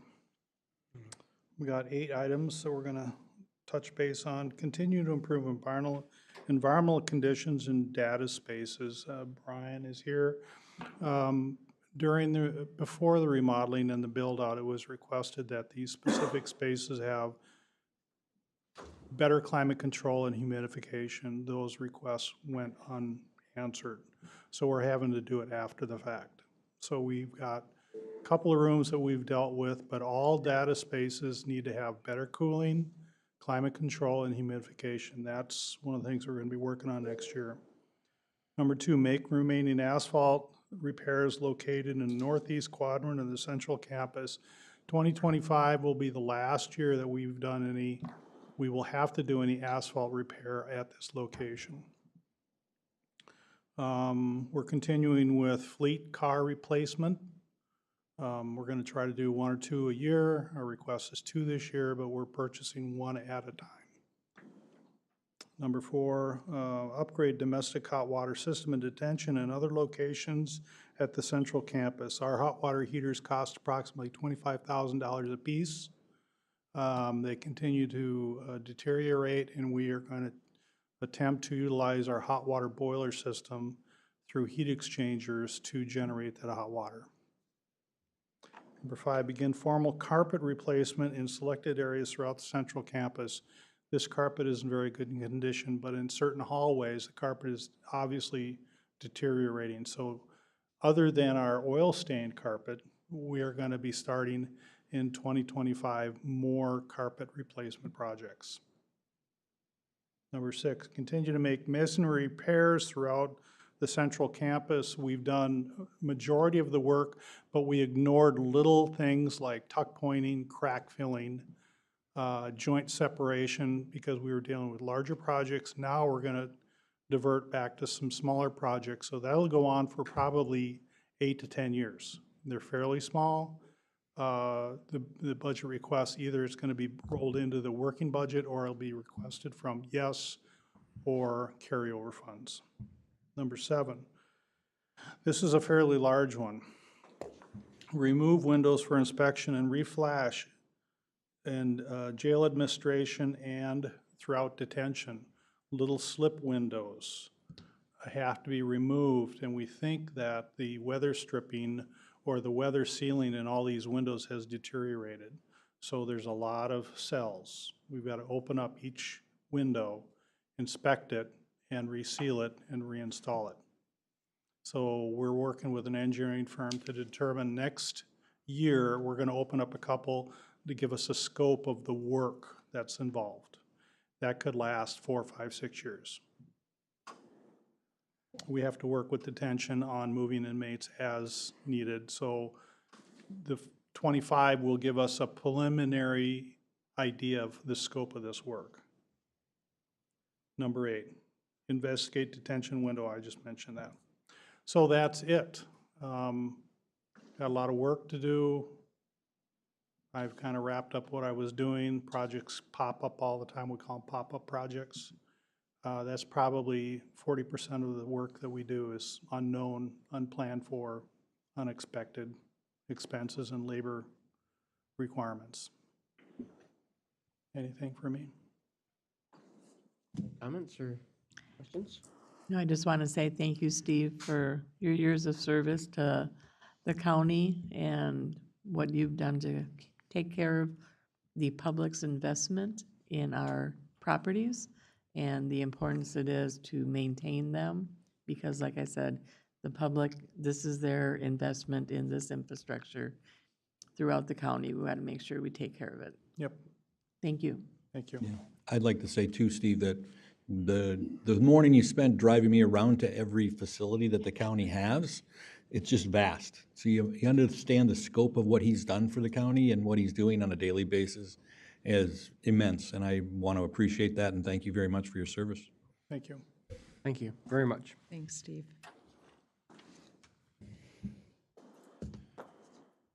Good morning, Mr. Chair, Commissioners. Thank you for the opportunity to talk about the 2025 budget priorities for Public Works. Now that the project is fully funded, our number one priority is to begin the construction for the Trunk Highway 169 and CASA 4 project in Zimmerman. It's a partnership with federal, state, and local partners to administer the construction project. I just wanted to also identify that the City of Zimmerman gave formal municipal consent for the interchange project at their city council meeting last night. So we've got local consent. That was extremely important. Our second priority is to engage MnDOT and solicit funds to further study the design of the CASA 11 and Trunk Highway 10 interchange project. This intersection has been a significant concern in recent past. It's part of the Trunk Highway 10 and I-94 study, as well as part of our Driving Forward long-range transportation plan. And those of you who are aware of that area, the concerning issues are the safety, the mobility, freight movement.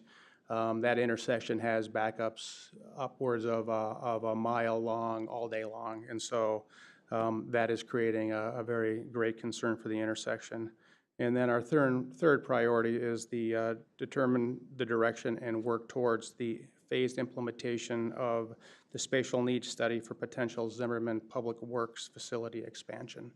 And that includes also working to determine if there's other opportunities to partner with other departments for co-housed facilities. Does anybody have any questions? Any questions or commentary? Mr. Chair, I did want to say too, in regards to your comments on going forward and looking at the Highway 10, County Road 11 area, and the importance that it is gonna be to get something done at that intersection as well. Just due to the fact of when you talk about those long backups, people will come to that intersection and make really dumb decisions to try to get through that light because they do not want to be sitting. And hence, we've had a number of deaths at that intersection as well. So I'm looking forward to that process and along with getting County Road 4 and Highway 169 taken care of as well. Yeah, we've been studying that intersection for several years, trying to find an opportunity, obviously, when the Zimmerman interchange was funded, to look at the next important interchange for the traveling public that utilizes that corridor as a kind of a cut through Monticello, as we're aware of. So thank you. Thank you. Any other comments? Thank you. Good morning, Commissioners. Just two short items on here. I did add a third one that I'll talk about at the end. So the first one is to implement an inter-county recording system that will allow efficient internal electronic recording of county-generated documents. Again, this will be fully funded with non-levy dollars from the Recorder's Technology Fund. This is actually a carryover from a 2024 goal, which we ran into some roadblocks, but we hope to wrap it up again in 2025. The second one I have is to ensure that we have enough passport acceptance agents to meet demand, provide quality service, and meet advertised hours of passport acceptance. Again, this is already in the base budget. And then I did add a third one, and that's a new project, and actually I hope to have it done quite soon, is to work with a vendor to allow online ordering of certified birth and death certificates. Currently, we're not able to do that online with a credit card, but we hope to get that up and running as well. And those are my three priorities for next year. Any questions on that? Anybody have any questions or commentary? Thank you very much. Thank you. So I think I'll cover the veteran services here since we're in transition. Just a couple of items that Bruce had prepared. First is for community outreach, and the goals, as you'll see reflected for the new CVSO, will be to expand our community and county outreach activities, specifically to areas that are underserved or underserviced. In terms of operation, is to work with the new department head to get up and running, look at possible changes to the part-time public specialist position. That's a 30-hour-a-week position that's vacant right now. And so we'll be looking at that as part of the preparation, and we are not in the process of filling that, waiting for the new CVSO. That'll also dovetail with the budget discussion. So the office thought it was important enough to leave it vacant so that the commissioners could weigh in here in a little bit. Part of that might be the opportunity to reduce the transportation budget. The Disabled American Vets out of St. Cloud has indicated interest in possibly taking over that function, which would be very significant. It would reduce the administrative burden on the office because they're basically doing scheduling right now as early as 6 in the morning. Also, it might allow us to transition the vehicles as well. So that's an intriguing thought that we'll bring forward and have a conversation with you about. Continue accreditation and training for the new staff, especially if we have an internal fill, then we'll have a deputy VSO position, so there'll be a cascading effect. Maintaining state and federal education requirements, and then finally to continue to really advance the office as aggressively as we can in the service to veterans that we've had. And you'll see that not only by what you saw at Bruce's retirement party, but next week at the community panel that will be gathering to assist you in your selection. The support from our community groups has been outstanding. Any questions on the Veteran Services Office? No. Okay. Anyone? No? Okay, thank you. Good morning, Commissioners. 2025 Department Budget Priorities. Number one, continue to address the rise in mental health calls cases with the Trauma Advocate Co-Responder Program. I think Amanda alluded to that. Continue to address the health and wellness of law enforcement staff through the Sheriff's Office Wellness Program. We added a check from the neck up for all Sheriff's Office staff this year and moving into 2025. Address the ongoing levy dependence on jail staffing through the jail enterprise. Replace our existing fleet of radios with encryption. This would be to meet the needs of BCA and CJIS requirements. And then finally, maintain jail and dispatch accreditations. Any questions? Do we have any questions or commentary? I would like to just add that I'm really pleased with the Check the Neck Up program being, extended for everybody in the sheriff's department, because there's a lot of stressful jobs, and that mental health aspect and stress aspect is really important. So, thank you. Appreciate it. I have one other comment. I just want to say I'm very pleased and to see all the partnership with HHS, you, County Attorney, Corrections, because our services overlap so much, and so it's great to see everyone partnering together more and more all the time. Certainly do. Thank you. Okay. So the next step in this process, again, is, you'll get a chance, obviously, to mull over these goals. Feel free to reach out to any of the department heads directly if you need clarification.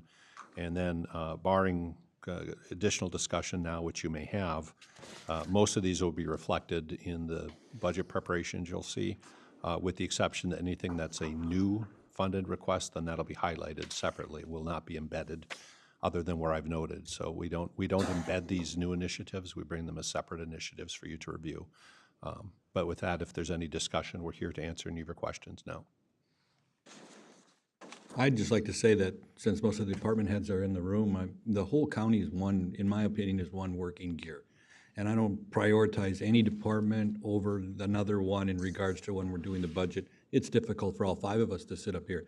But I think to approach it as everyone is equal and what you want to do for your department, and for us to start micromanaging what your aspects are of what you want to do, I don't think it's in our priority to do that. We're just looking out for what you're asking for, and I think that, like I said, all of you are as important as the next one. And that's the way I approach this moving forward.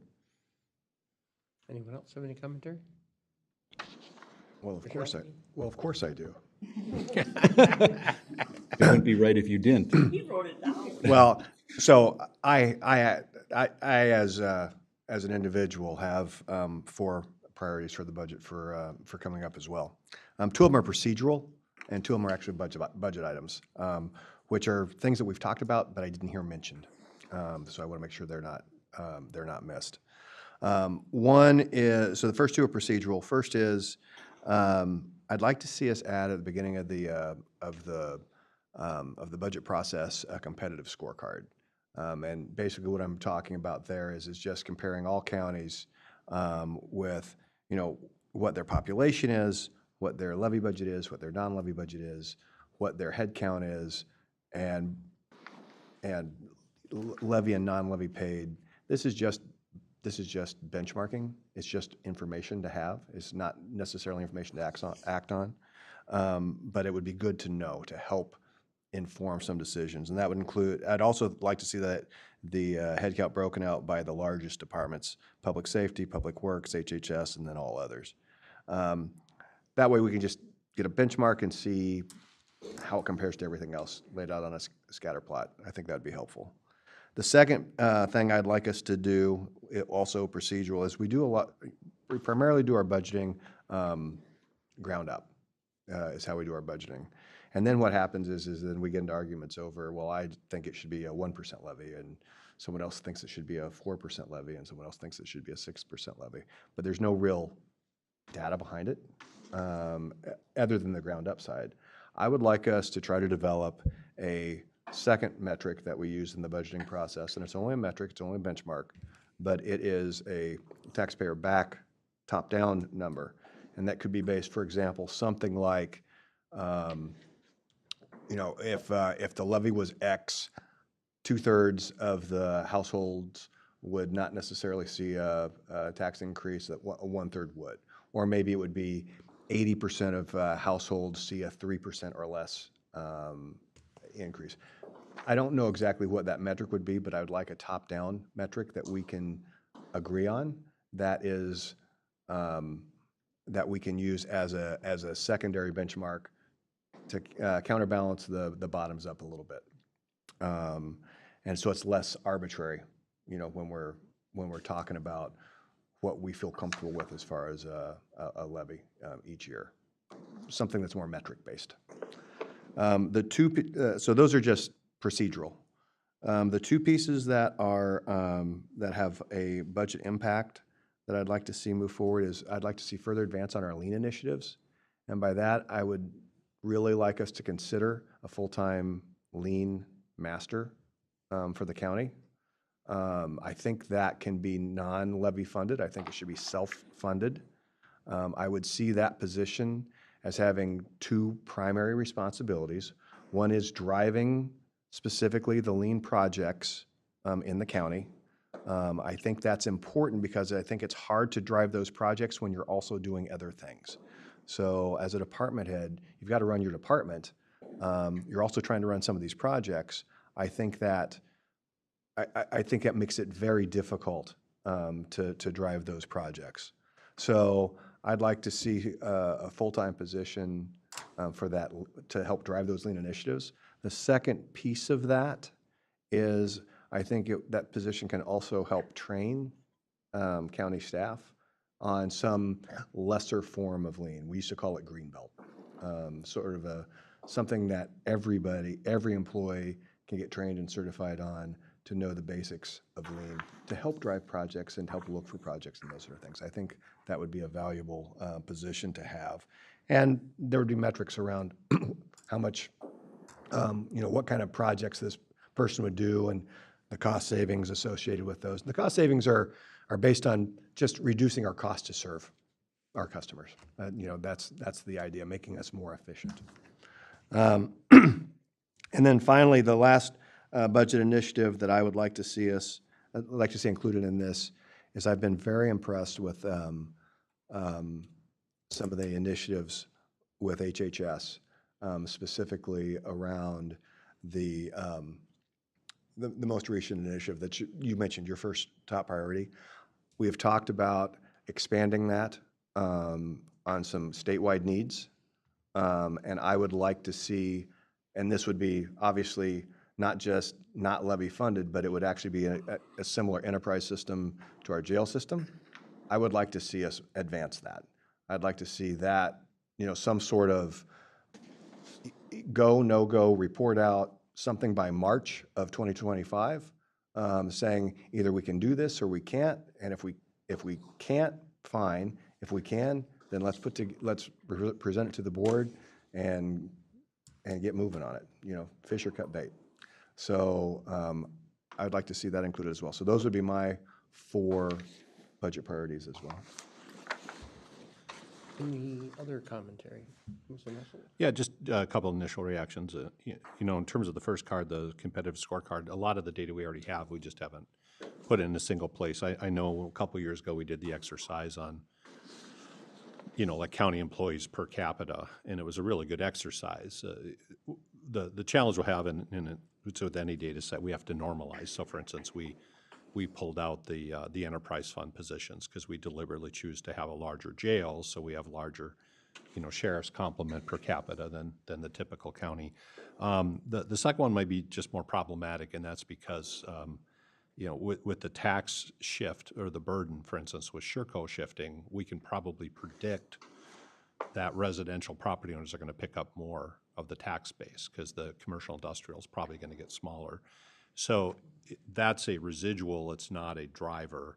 We don't have any control over that. So coming at it top down while we can get the data, it may be difficult to prove that out in a decision, because what will happen is the county may end up compensating for market-based shifts, in this case closure of Sherco or a shift in CI. So that one we'll have to spend some more time on, see what you're looking at for that. Well, and just to comment on that, I think that's fine. I think it's a development, but I think if we can come up with something that's more data-driven, rather than me just arbitrarily throwing out a number, Yep. I think we would be better off. Yeah, no, and again, I think that data's there. It's, we'll have that presented. Dan does a good job of keeping a macro level look at that, and Diane has calculated, numerous times. And again, that's what we struggle with is, we take a typical home in Sherburne County, but that really doesn't do it. What we have to do is we have to take a typical home in the city of Big Lake in a certain school district at $450,000. Well, at that point, you're normalizing down to basically, what do we have, 40,000 property parcels that we tax? So, we'll pull the data, but the challenge is you take your levy and then you put it into a distribution system. where there are so many other factors that if we come at it and say we want this outcome, it may have absolutely no correlation to the levy. So if we say we don't want 2/3 of the property owners to have a levy impact this year, we may not have control over that, simply because there's a tax shift between CI and residential. So, we'll take a look at it. I think it's interesting approach, and I appreciate that. And we've talked a little bit about zero-based budgeting, and the county traditionally has used a base budget or a status quo budget and then built up. So that's a fair comment. The lean, actually, we have a good list of lean activities that have been done, and you are correct. We're doing it as a team right now. So, from administration, I may look at what an additional position will cost, and more than likely it would be housed in administration or human resources. So I can bring that. That was not a new initiative we were thinking, and it's easy to price out for the board.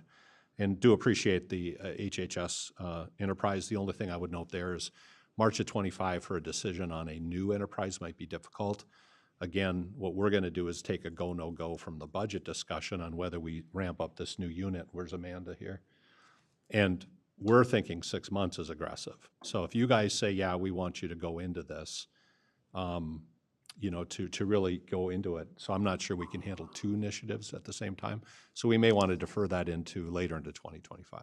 I think what I was referring to by March was more of a conceptual plan. Yeah. So it wouldn't be that you would implement something starting in March. It would be, let's study. Yeah, and again, I'm just speaking purely from bandwidth. There are 2 huge initiatives in HHS right now. One is going to be CaseWorks, which is an entire enterprise level, software conversion, which is going to be very significant. The other one is if we do ramp up the new unit we've talked to you about, I'm just thinking we may have to defer some of that till later into 2025. The comment, though, about enterprise funds is interesting, and I'm just going to share it with you because Brent's still in the audience here, or in with us.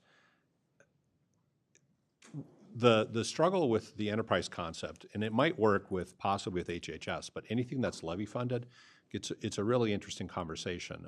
Some of our counterpart counties have criticized us, for instance, that we lowered the levy support for community corrections. And their argument was the state intended to give this money to really build up. And of course, we added, 2 positions, Brent?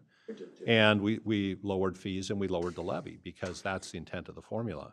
But one of the alternatives is to say, where are we truly non-levy funded?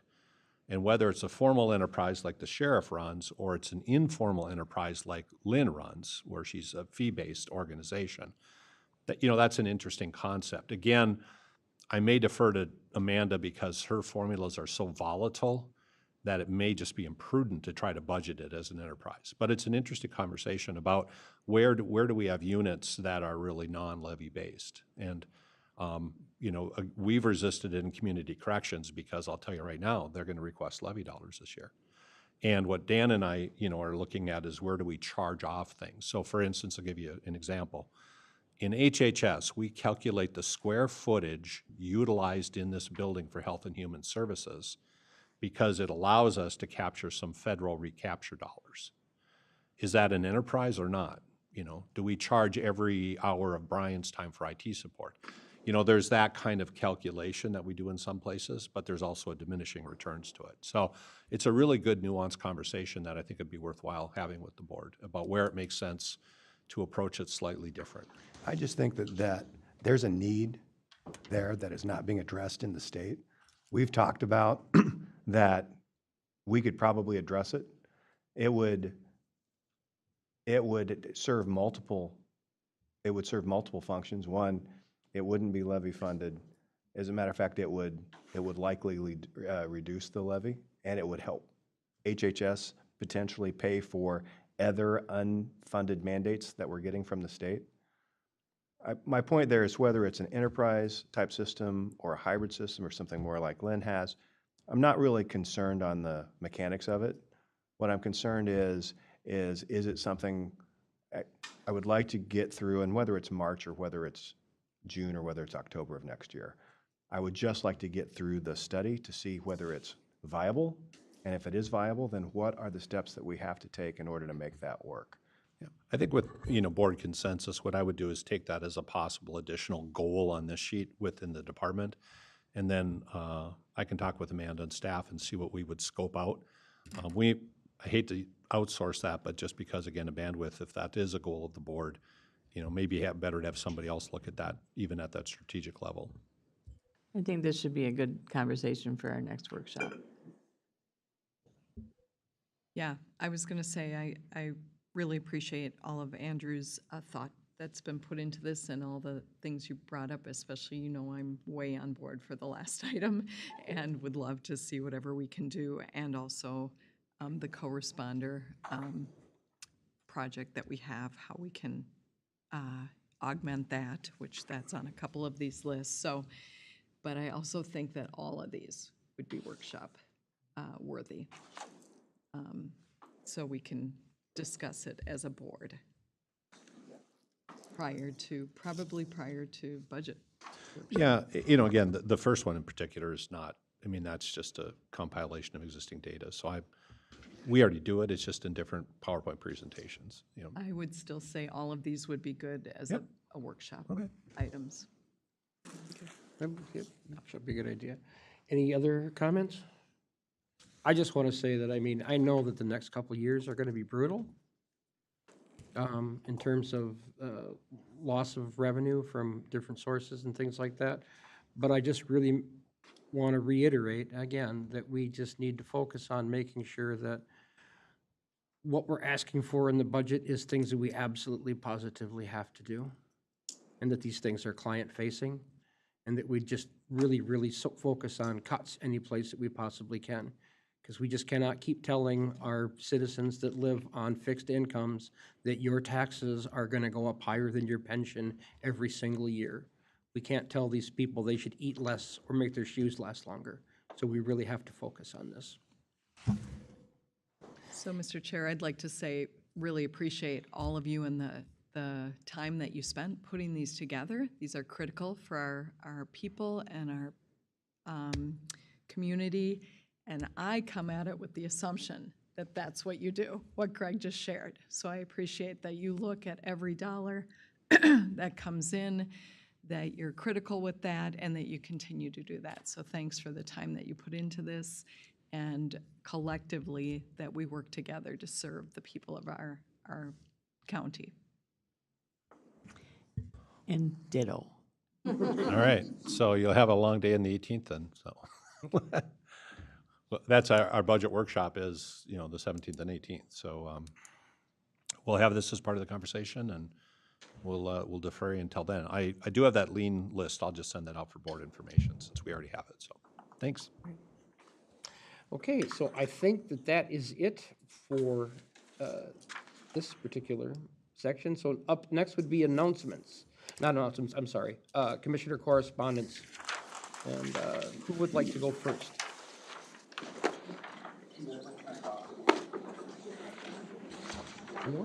Anyone? I will. Commissioner Forby?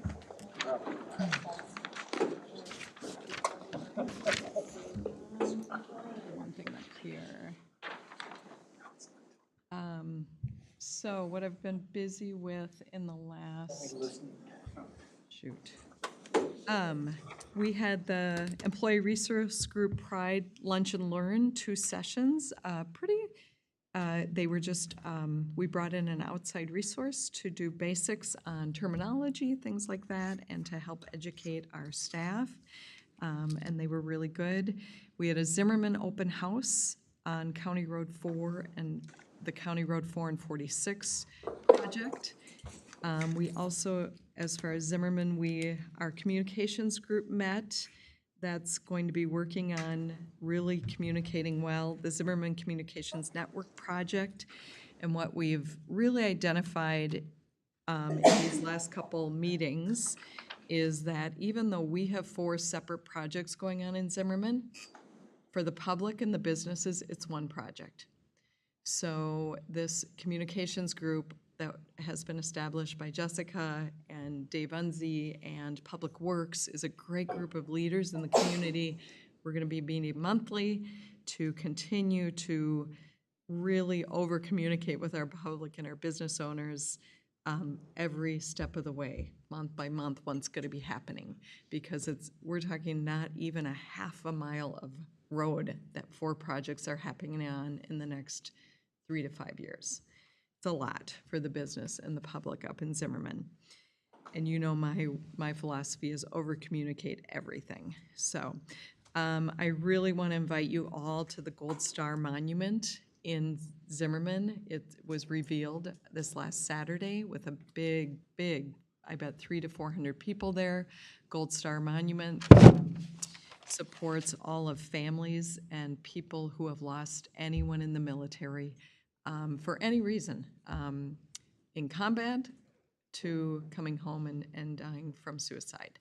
So very moving experience revealing that. It is an incredible monument. The only other Gold Star monument in Minnesota is near Rochester. So please take time to see that. Our AMC District 5 meeting, many of us were at that. I had the Employee Resource Group meeting. A Nonprofits United group met up in Princeton. Micah met. We basically did a recap of what happened in the legislative session. There was a SHAC quarterly meeting last week in the cities. Central Minnesota Jobs and Training Community and Government Relations Committee met. They just did an AI training or opened it to everyone. We had about 100 people participate. We're going to be doing an AI 2.0 this next fall, so stay tuned with that. Central Minnesota Jobs and Training Workforce Development Board met. Central Minnesota Jobs and Training Joint Powers Board met. Congratulations to our county. We're the first county out of the 11 that are part of CMJTS that have obtained the IWE designation. So congrats to us. AMC Executive Directors met yesterday, and I was looking for something and I can't find it because I'm really excited. There's a proposed new subcommittee for AMC, and as you know, AMC, we all collectively, 87 counties, put together our platform when we go to the legislative body. We are recommending, even though Matt Hilgart really doesn't need another subcommittee to lead, Matt Hilgart is probably one of the most brilliant policy influencers and makers that I've met. And he has asked that we create a subcommittee to General Government Policy Committee that's focused on tax-related issues, including property taxes, sales tax, and state-assessed property valuations. I assume that this is going to pass Friday. Yes, we're all looking at Andrew, and I thought of Representative Novotny. So this is exactly the mechanism to really move something like that. So stay tuned. I was all over it. I've talked a lot about this at AMC at the leadership table, so thrilled to see that coming. And then I stopped in Friday and bid farewell to Tim Syme and told him all about the Dakota County Commissioners. That's it. Oh, I can go. We did the Quad County employee screening meeting. There was, I think, our total was 13, down to 2 positions we're looking for. We've got them scheduled for an interview. We narrowed it down, the committee did.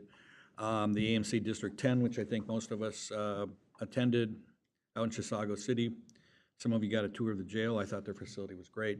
Then I had a revenue meeting with the Clear Lake Township chairman, the auditor's office, and Dan in regards to their future revenue and what they can plan for. I did the Excel, their integrated resource plan public meeting, scoping meeting that they're having for the next 5 years. They have to do one by the Public Utilities Commission, they have to do one every 5 years in regards to resources. That was interesting. The Soil and Water Conservation Board meeting. They've got 2 new staff members that are started, 2 new technicians for all the work that they're gonna have. Those 2 positions so far are grant funded, so from the revenue that they're generating. In a very efficient group, the Soil and Water Conservation Board. I then attended the Water Working Group meeting, which is, they just wanted, there was a survey taken, mainly was for the NRCS and the priority needs for different avenues of land and water and how that all fits together and what the priorities should be.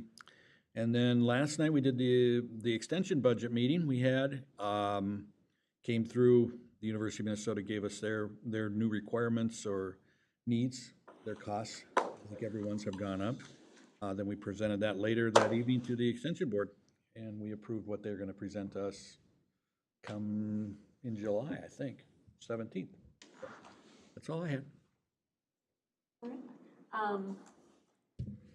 I've attended a couple of County Road 43 construction meetings, and to Lisa's point, it is so important, no matter how large a project is or how small a project is, when you are doing detours and impacting residents and people that use those roadways to get from point A to point B, keeping that conversation and that communication going is vitally important. So I do attend these to make sure that I'm staying on top of whatever issues and stuff there are. I'm going to mention County Road 43 because of some of the work that's being done there in regards to partnership with the city of Big Lake and putting their infrastructure in. There's like 18-foot trenches that need to be dug to lay that infrastructure. So that really impacts that road. They closed the bridge on County Road 43. So now if you're on the north side of the bridge, in order to be able to get across, because there are very minimal bridges that cross that body of water, there is about a 13-mile detour that is put in place to be able to achieve getting to go south. And the same if you're trying to, from south, go north. And there's only so many east-west cross connections that are available as well. And so it's a very challenging process, and everybody's going to be very happy when it wraps up. But I do want to thank everybody that's involved for working hard to get communications out. And going forward, obviously with what's happening, we really need to really focus on a strong public process. And I don't know if that's going to require somebody to really take charge of those things. At the moment, I think staff does it as best they can when they can, but I think that that's something that we should be looking at. And I don't know if we're going to make a comment. It's maybe a good workshop topic. Yes, true. All right. Also attended the AMC District 5 spring meeting. Attended the auditor treasurer interviews, and just want to congratulate again Lorraine Rupp. You're going to do a great job for us. And we had good candidates to interview as well. So thank you to everybody that applied and went through the process. Also attended the Sherburne County Sup Coalition meeting. I do want to, they had a presentation, they had some students went out and they did some going into different cannabis smoke shops and such and looking at what they're selling. It was really eye-opening for our county and really good data. So I have requested that Alicia Maxwell contact Bruce and get this on, do a presentation to the board as well. I think we would find it really very interesting as to what they found in the county as to how smoke shops are operating and what it is they're selling. Not just smoke shops, I should say. It's also gas stations and liquor stores and everything. Yeah, it was very interesting. So hopefully we'll be seeing that soon. Also then, the NACO CEWD, which is community, hold on a second, I gotta get this. It's the workforce development and economic development group out of NACO. We had a conference meeting, and a lot of that discussion was around a housing affordability survey. A lot of good things are being done out there across the country, and I've highlighted it to Dan and Jessica in economic development that we should maybe be plugging into some of these opportunities and such. Also attended the Big Lake Township Board meeting on the night of June 12th and had APO Policy Board meeting up in St. Cloud. And we did approve a couple of key projects for us, or that are for some mumble stripping and such of that nature. Had some good conversation around the budget and the cost of what each participant pays and stuff, so stay tuned for that. They're gonna do some studying of how this is gonna lay out, because they are also looking at wanting to get a bridge across the Mississippi up that way, so. And I do plan to go see the Zimmerman Gold Star Monument, being a member of a Gold Star family myself. My husband lost 2 uncles in World War II that were killed in action, so the Gold Star program is very near and dear to my heart, so. I plan to go see it, yes. Let me know when. Yeah. And I did also want to highlight that the Stella Huso was there, the longest living Gold Star mother. She attended that. And it's amazing to see her get out and about at her age. And our Big Lake group takes such good care of her and get her out to as many things as possible, and she loves it. 105. She's 105. Just a few things real quick. Representative Novotny and myself did meet with a local action group, specifically around the property tax reform that we've been working on together. And I think it's really interesting timing. There's actually a couple of states governors that are starting mumbles about limiting property tax altogether. So it's an interesting time to be. I think there's good momentum behind, at the very least, property tax reform in one way, shape, or form. We've also been asked to present across the state in some other counties as well. So that's a little bit to be determined, but we'll see how that goes. I also participated in the interviews for the auditor treasurer. I appreciated participating in those, and I think it worked out well. So congratulations. And finally, this afternoon, we've got a new business opening up in Elk River, and I'm planning on attending the ribbon cutting for that, and then I'll be back over. But I'm anxious to see it's the new business that's going in where the theater was. So anxious to see how that goes. And I think that's all I've got for today. So, Set the timer. set the timer. Okay, so, yes, set the timer. On 6/4, I received the materials from the last DOR meeting, Department of Revenue, on the difference in taxation of railroads and utilities, and that was included, all the materials that were presented, and their actual webinar on how the taxes work, which I highly recommend watching, actually. Now we're just kind of waiting to see what they're going to be doing some meetings on the new proposed system, so we can all have a better comparison. So I'm looking forward to that. 6/5, I attended a webinar or a town hall on the Minnesota Rehabilitation and Reinvestment Act. What this does is actually provides an opportunity in the state of Minnesota. When you're sentenced to penitentiary, you only have to do 2/3 of your original time. So if you're sentenced to 15 years, say, you get out in 10. The new system will allow you to get out even less time than that. And with the new presumptive sentence of 5 rather than 15 years, instead of serving 40 months of that 5-month sentence, inmates could get out in, 20, 12, whatever.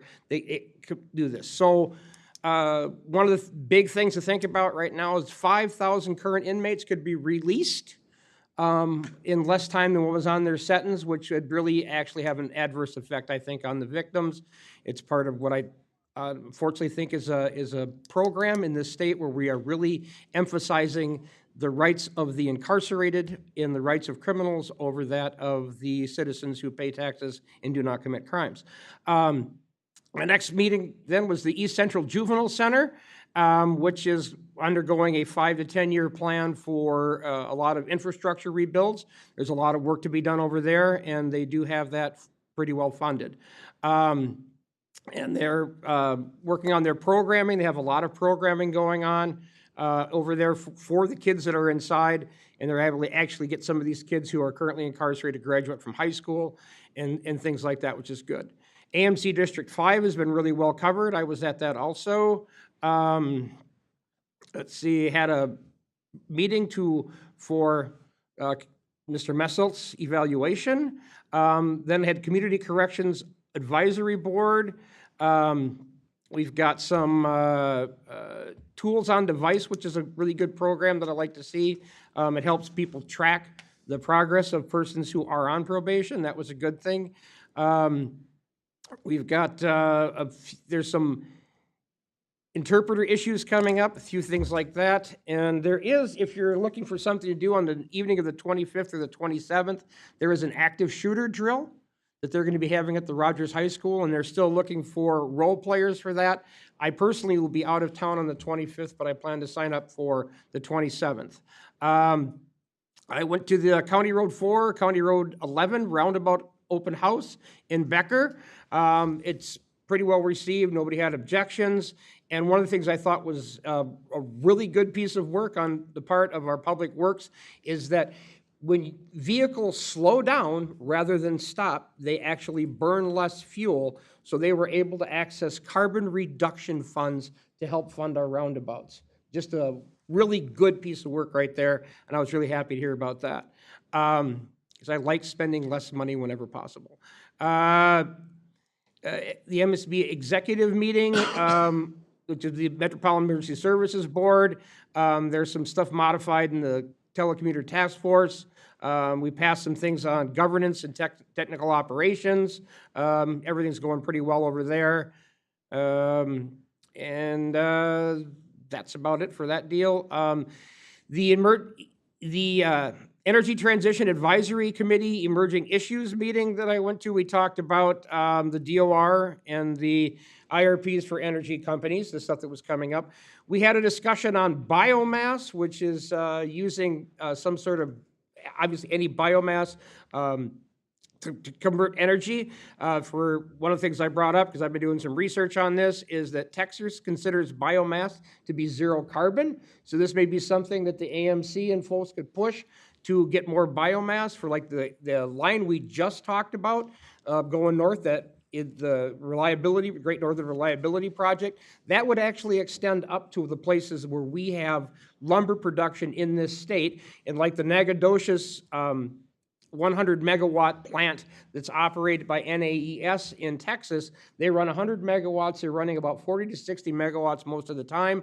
And they're using 70 to 80% of it is just byproducts from a nearby lumber mill. And then about 20% of it is urban brush. So this is kind of thing that we could really look at to improve our overall base load here in the state of Minnesota. I'd like to see that. And there was one thing I brought up there that I had found when I was reading through as I'm looking for gems in the omnibus bill, is that there was $5 million given to a second year for a grant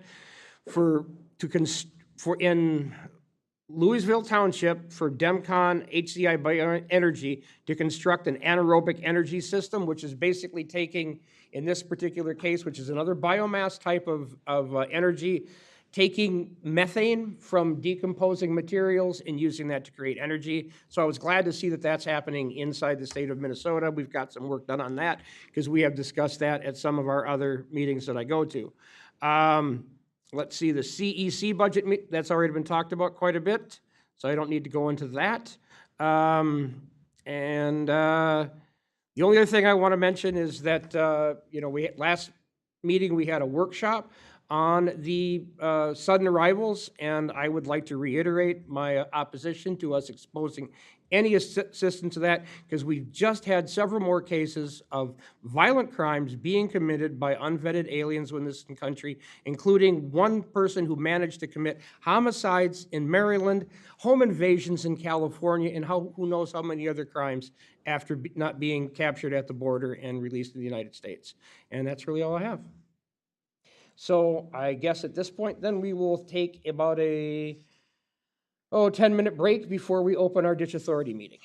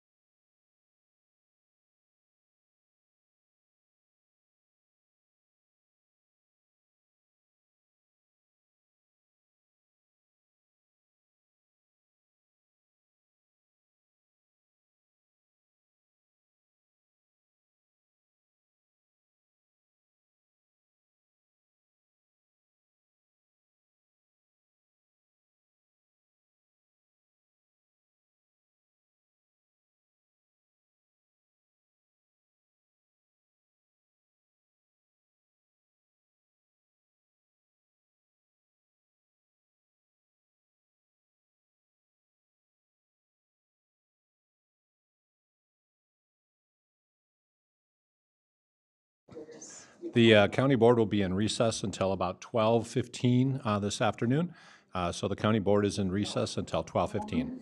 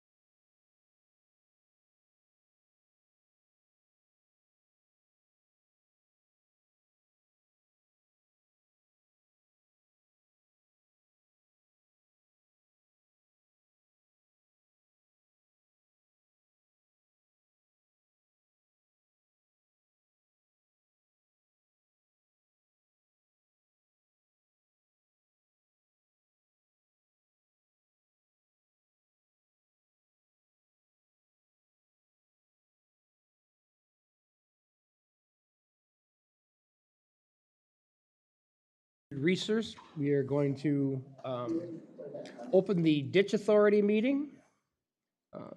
We'd extended our break a little bit to attend our spring employee recognition, which we're running a little bit behind on the main meeting, so we decided to include that into our break, for those of you listening. Good morning. Good morning, everyone. Mr. Chair, do you wish to adopt the agenda? Yes, I do. I guess we need a motion to consider the approval of the Ditch Authority agenda. I'll make that motion.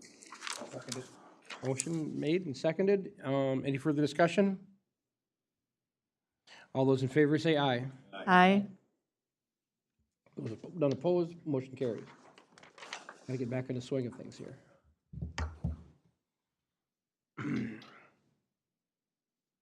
Thank you, Mr. Chair. On my written report, I have a typo on there. It says ditch 31, but it should be ditch 32.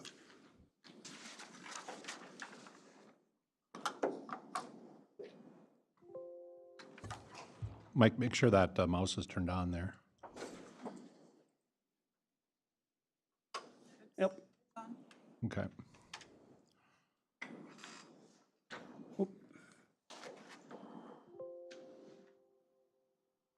There we go.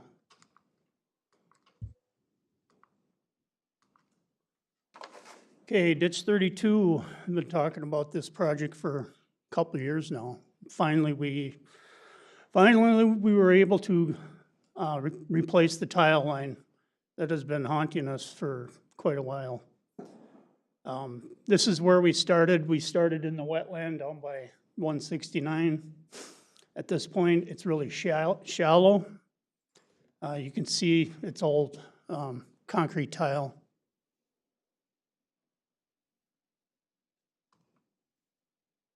There's another view. You can see the tile right below the bucket.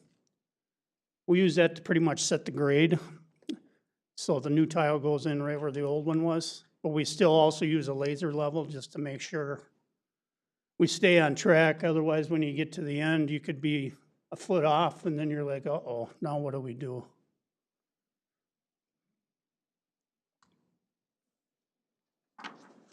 As you can tell, we started off shallow and then we progressively got deeper. And by the time we made it to that driveway, we were a good 12, 14 feet down. Mike, with that, where you open the ditch up, it's obviously okay for somebody to be in the trench. Do you ever have to do the trench walls? Do you ever get that deep? With a box, trench box? Yeah. Not in this type of work, but on road construction. Like they'll be using a box on 43. There's some pretty deep cuts. And not only is it for safety, but there's just, you run out of room for all the spoil. So it's just saves, it's safety and it saves a lot of time. Gotcha. Yeah, on this one, you can see the step backs that are required. Yeah, he knocked the sides off because if you don't, they're just gonna collapse and fall in your hole and, Yep. and, yeah, so we don't want that. Then you lose your grade, you gotta reset the grade, and everybody gets mad. And No. Mr. Chair, if I may, Mike, do we run GPS coordinates off of these when we're relaying them? yeah, yeah, when we're done, yep. Thank you.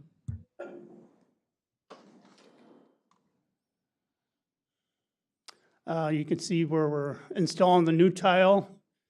We fought groundwater, and plus we fought a lot of water that was already in the pipe because it was still taking on groundwater.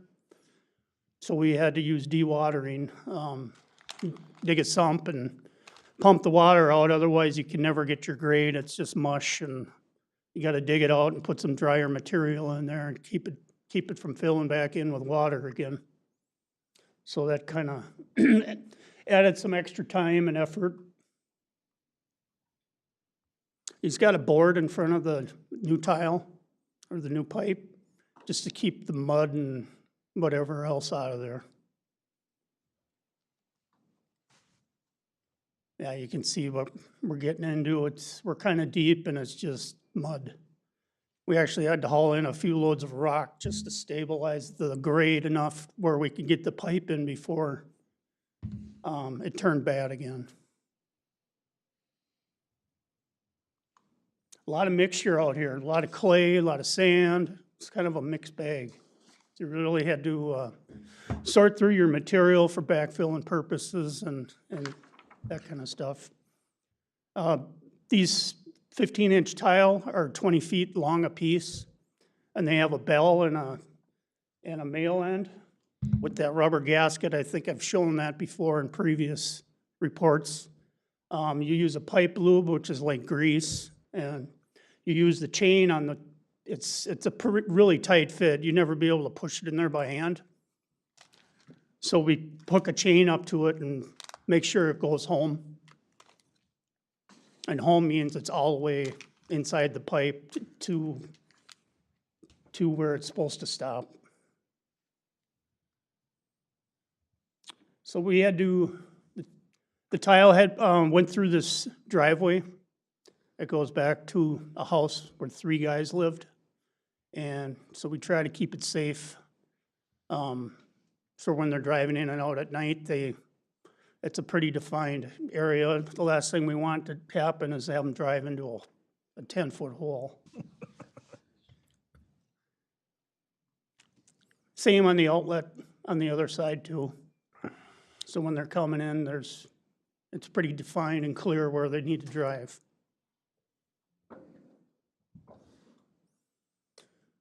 That's the manhole on the south end of the project where we connected into.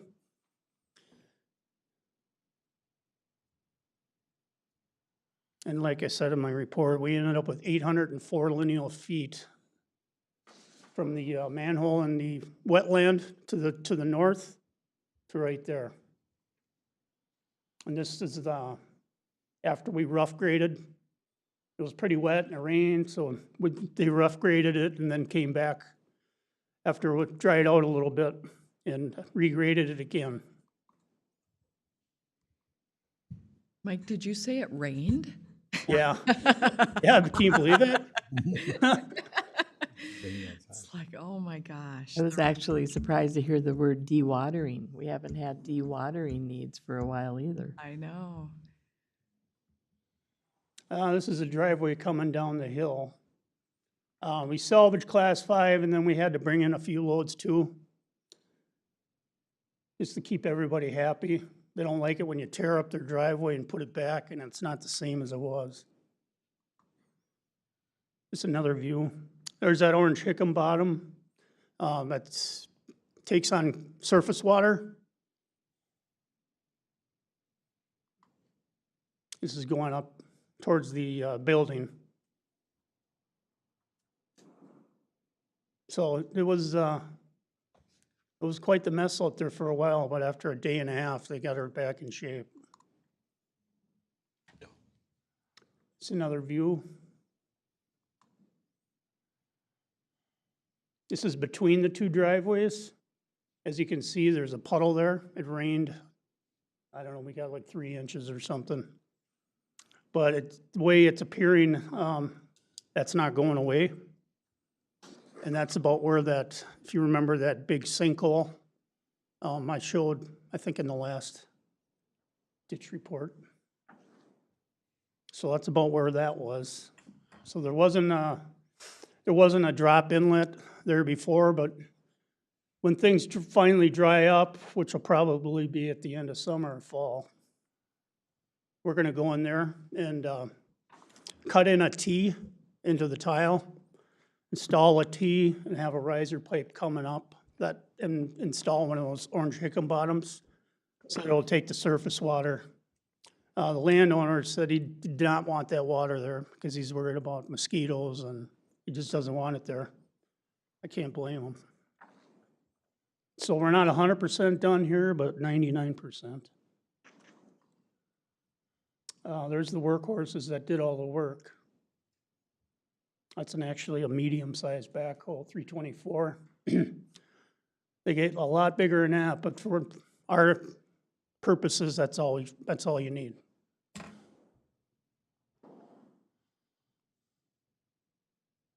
This is after it dried out a little bit and we could regrade it. You see that water's still there. This is after we rock raked it. County Forces came in with a rock rake and raked it all out. So it looks pretty nice. Actually better than it did before, which I like to do. Leave it a little bit better than what you found it. So there's the manhole graded. They did a really nice job. So you go from pure mud to that.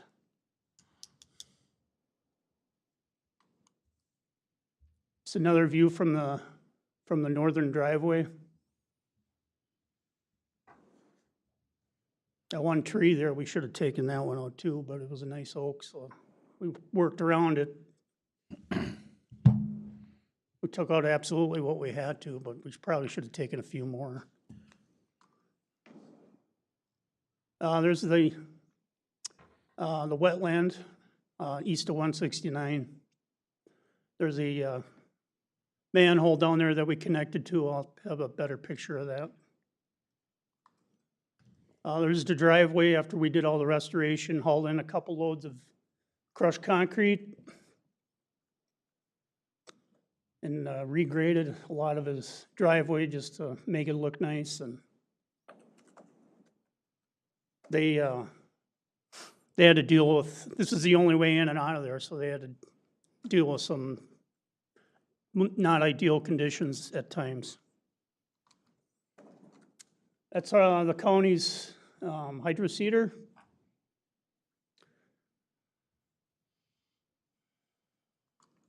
There's a pallet of what the mulch comes in. They're 50-pound bags. There's 900 pounds there. We used it all. There's a seed we put down. Seed's really gotten expensive. I mean, this stuff was like $4.50 a pound. I'm like, what? Nuts.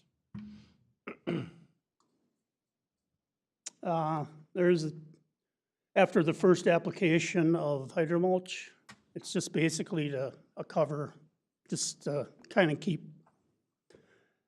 it from the rain so it doesn't, splatter and erode and cause a little washouts. And so you put an application down and then you go over it again. It's best to do 2 light applications than 1 heavy application. And usually you do it in opposite directions.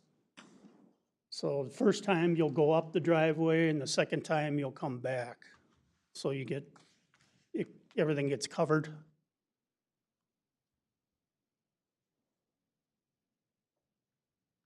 There's another between the driveways. That's it for my slides. And I do have here's a video. Should be able to see how fast that water's running after we opened her up. And it's been doing that ever since. It's been doing this for over 2 months now. 2 months. It just never quits, especially now with all this rain. So that's what a 3-inch drain will do. It eventually did go down. You can see the spoil piles in the back. So we had a lot of straightening up to do once we got the tile in. Our goal was to get the tile in first, and they, backfilled enough where we could just keep moving on. So that's all I have. If anybody has any questions or comments. Any questions or further questions or comments? Great report. Thank you. Great report, thank you. I do like when you blow things up, though. That's more fun on the video. I kind of wish. Well, I'm sure there'll be plenty of that coming this fall with all this water. I kind of wish I had a ditch that needed digging at my house, because you guys do such a good job in redoing the driveways. I gotta get some better driveway out of that deal than what you had when you started, so I commend you for that. Yeah. So at this point, we would need a motion for approval of the report. So move. Moved by Commissioner Gray, I'll second. seconded by Commissioner Folby. Any further discussion? Hearing none, all those in favor, please say aye. Aye. Opposed? None. Motion carries. And then we are going to consider approval of payback to the general fund, I believe. Thank you. Thanks, Mike. Good afternoon, Commissioners. So now we come to the money part of things. So what this is just a request to pay back from the ditch, the individual ditch funds, when there's money available in them, to pay back the general fund for the advances that we had to make at the end of the year when they have a negative balance. So, right, this does not take care of the full balance in each one of these ditches in ditch 15 and 23, but it does take a good portion of that. So what I would like to request is to pay back for in ditch 15 and 23, a grand total with the principal and the payout in the interest. If Keisha, you want to go to the other slide, I'll show you the breakdown. There's a total of $3,412.16 that will be paid back to the general fund. After this payback has been done and completed, we have a balance owing for the multiple ditches of principal and interest, including is $11,029.22. And I have to say, these are some of our lowest balances that we've had.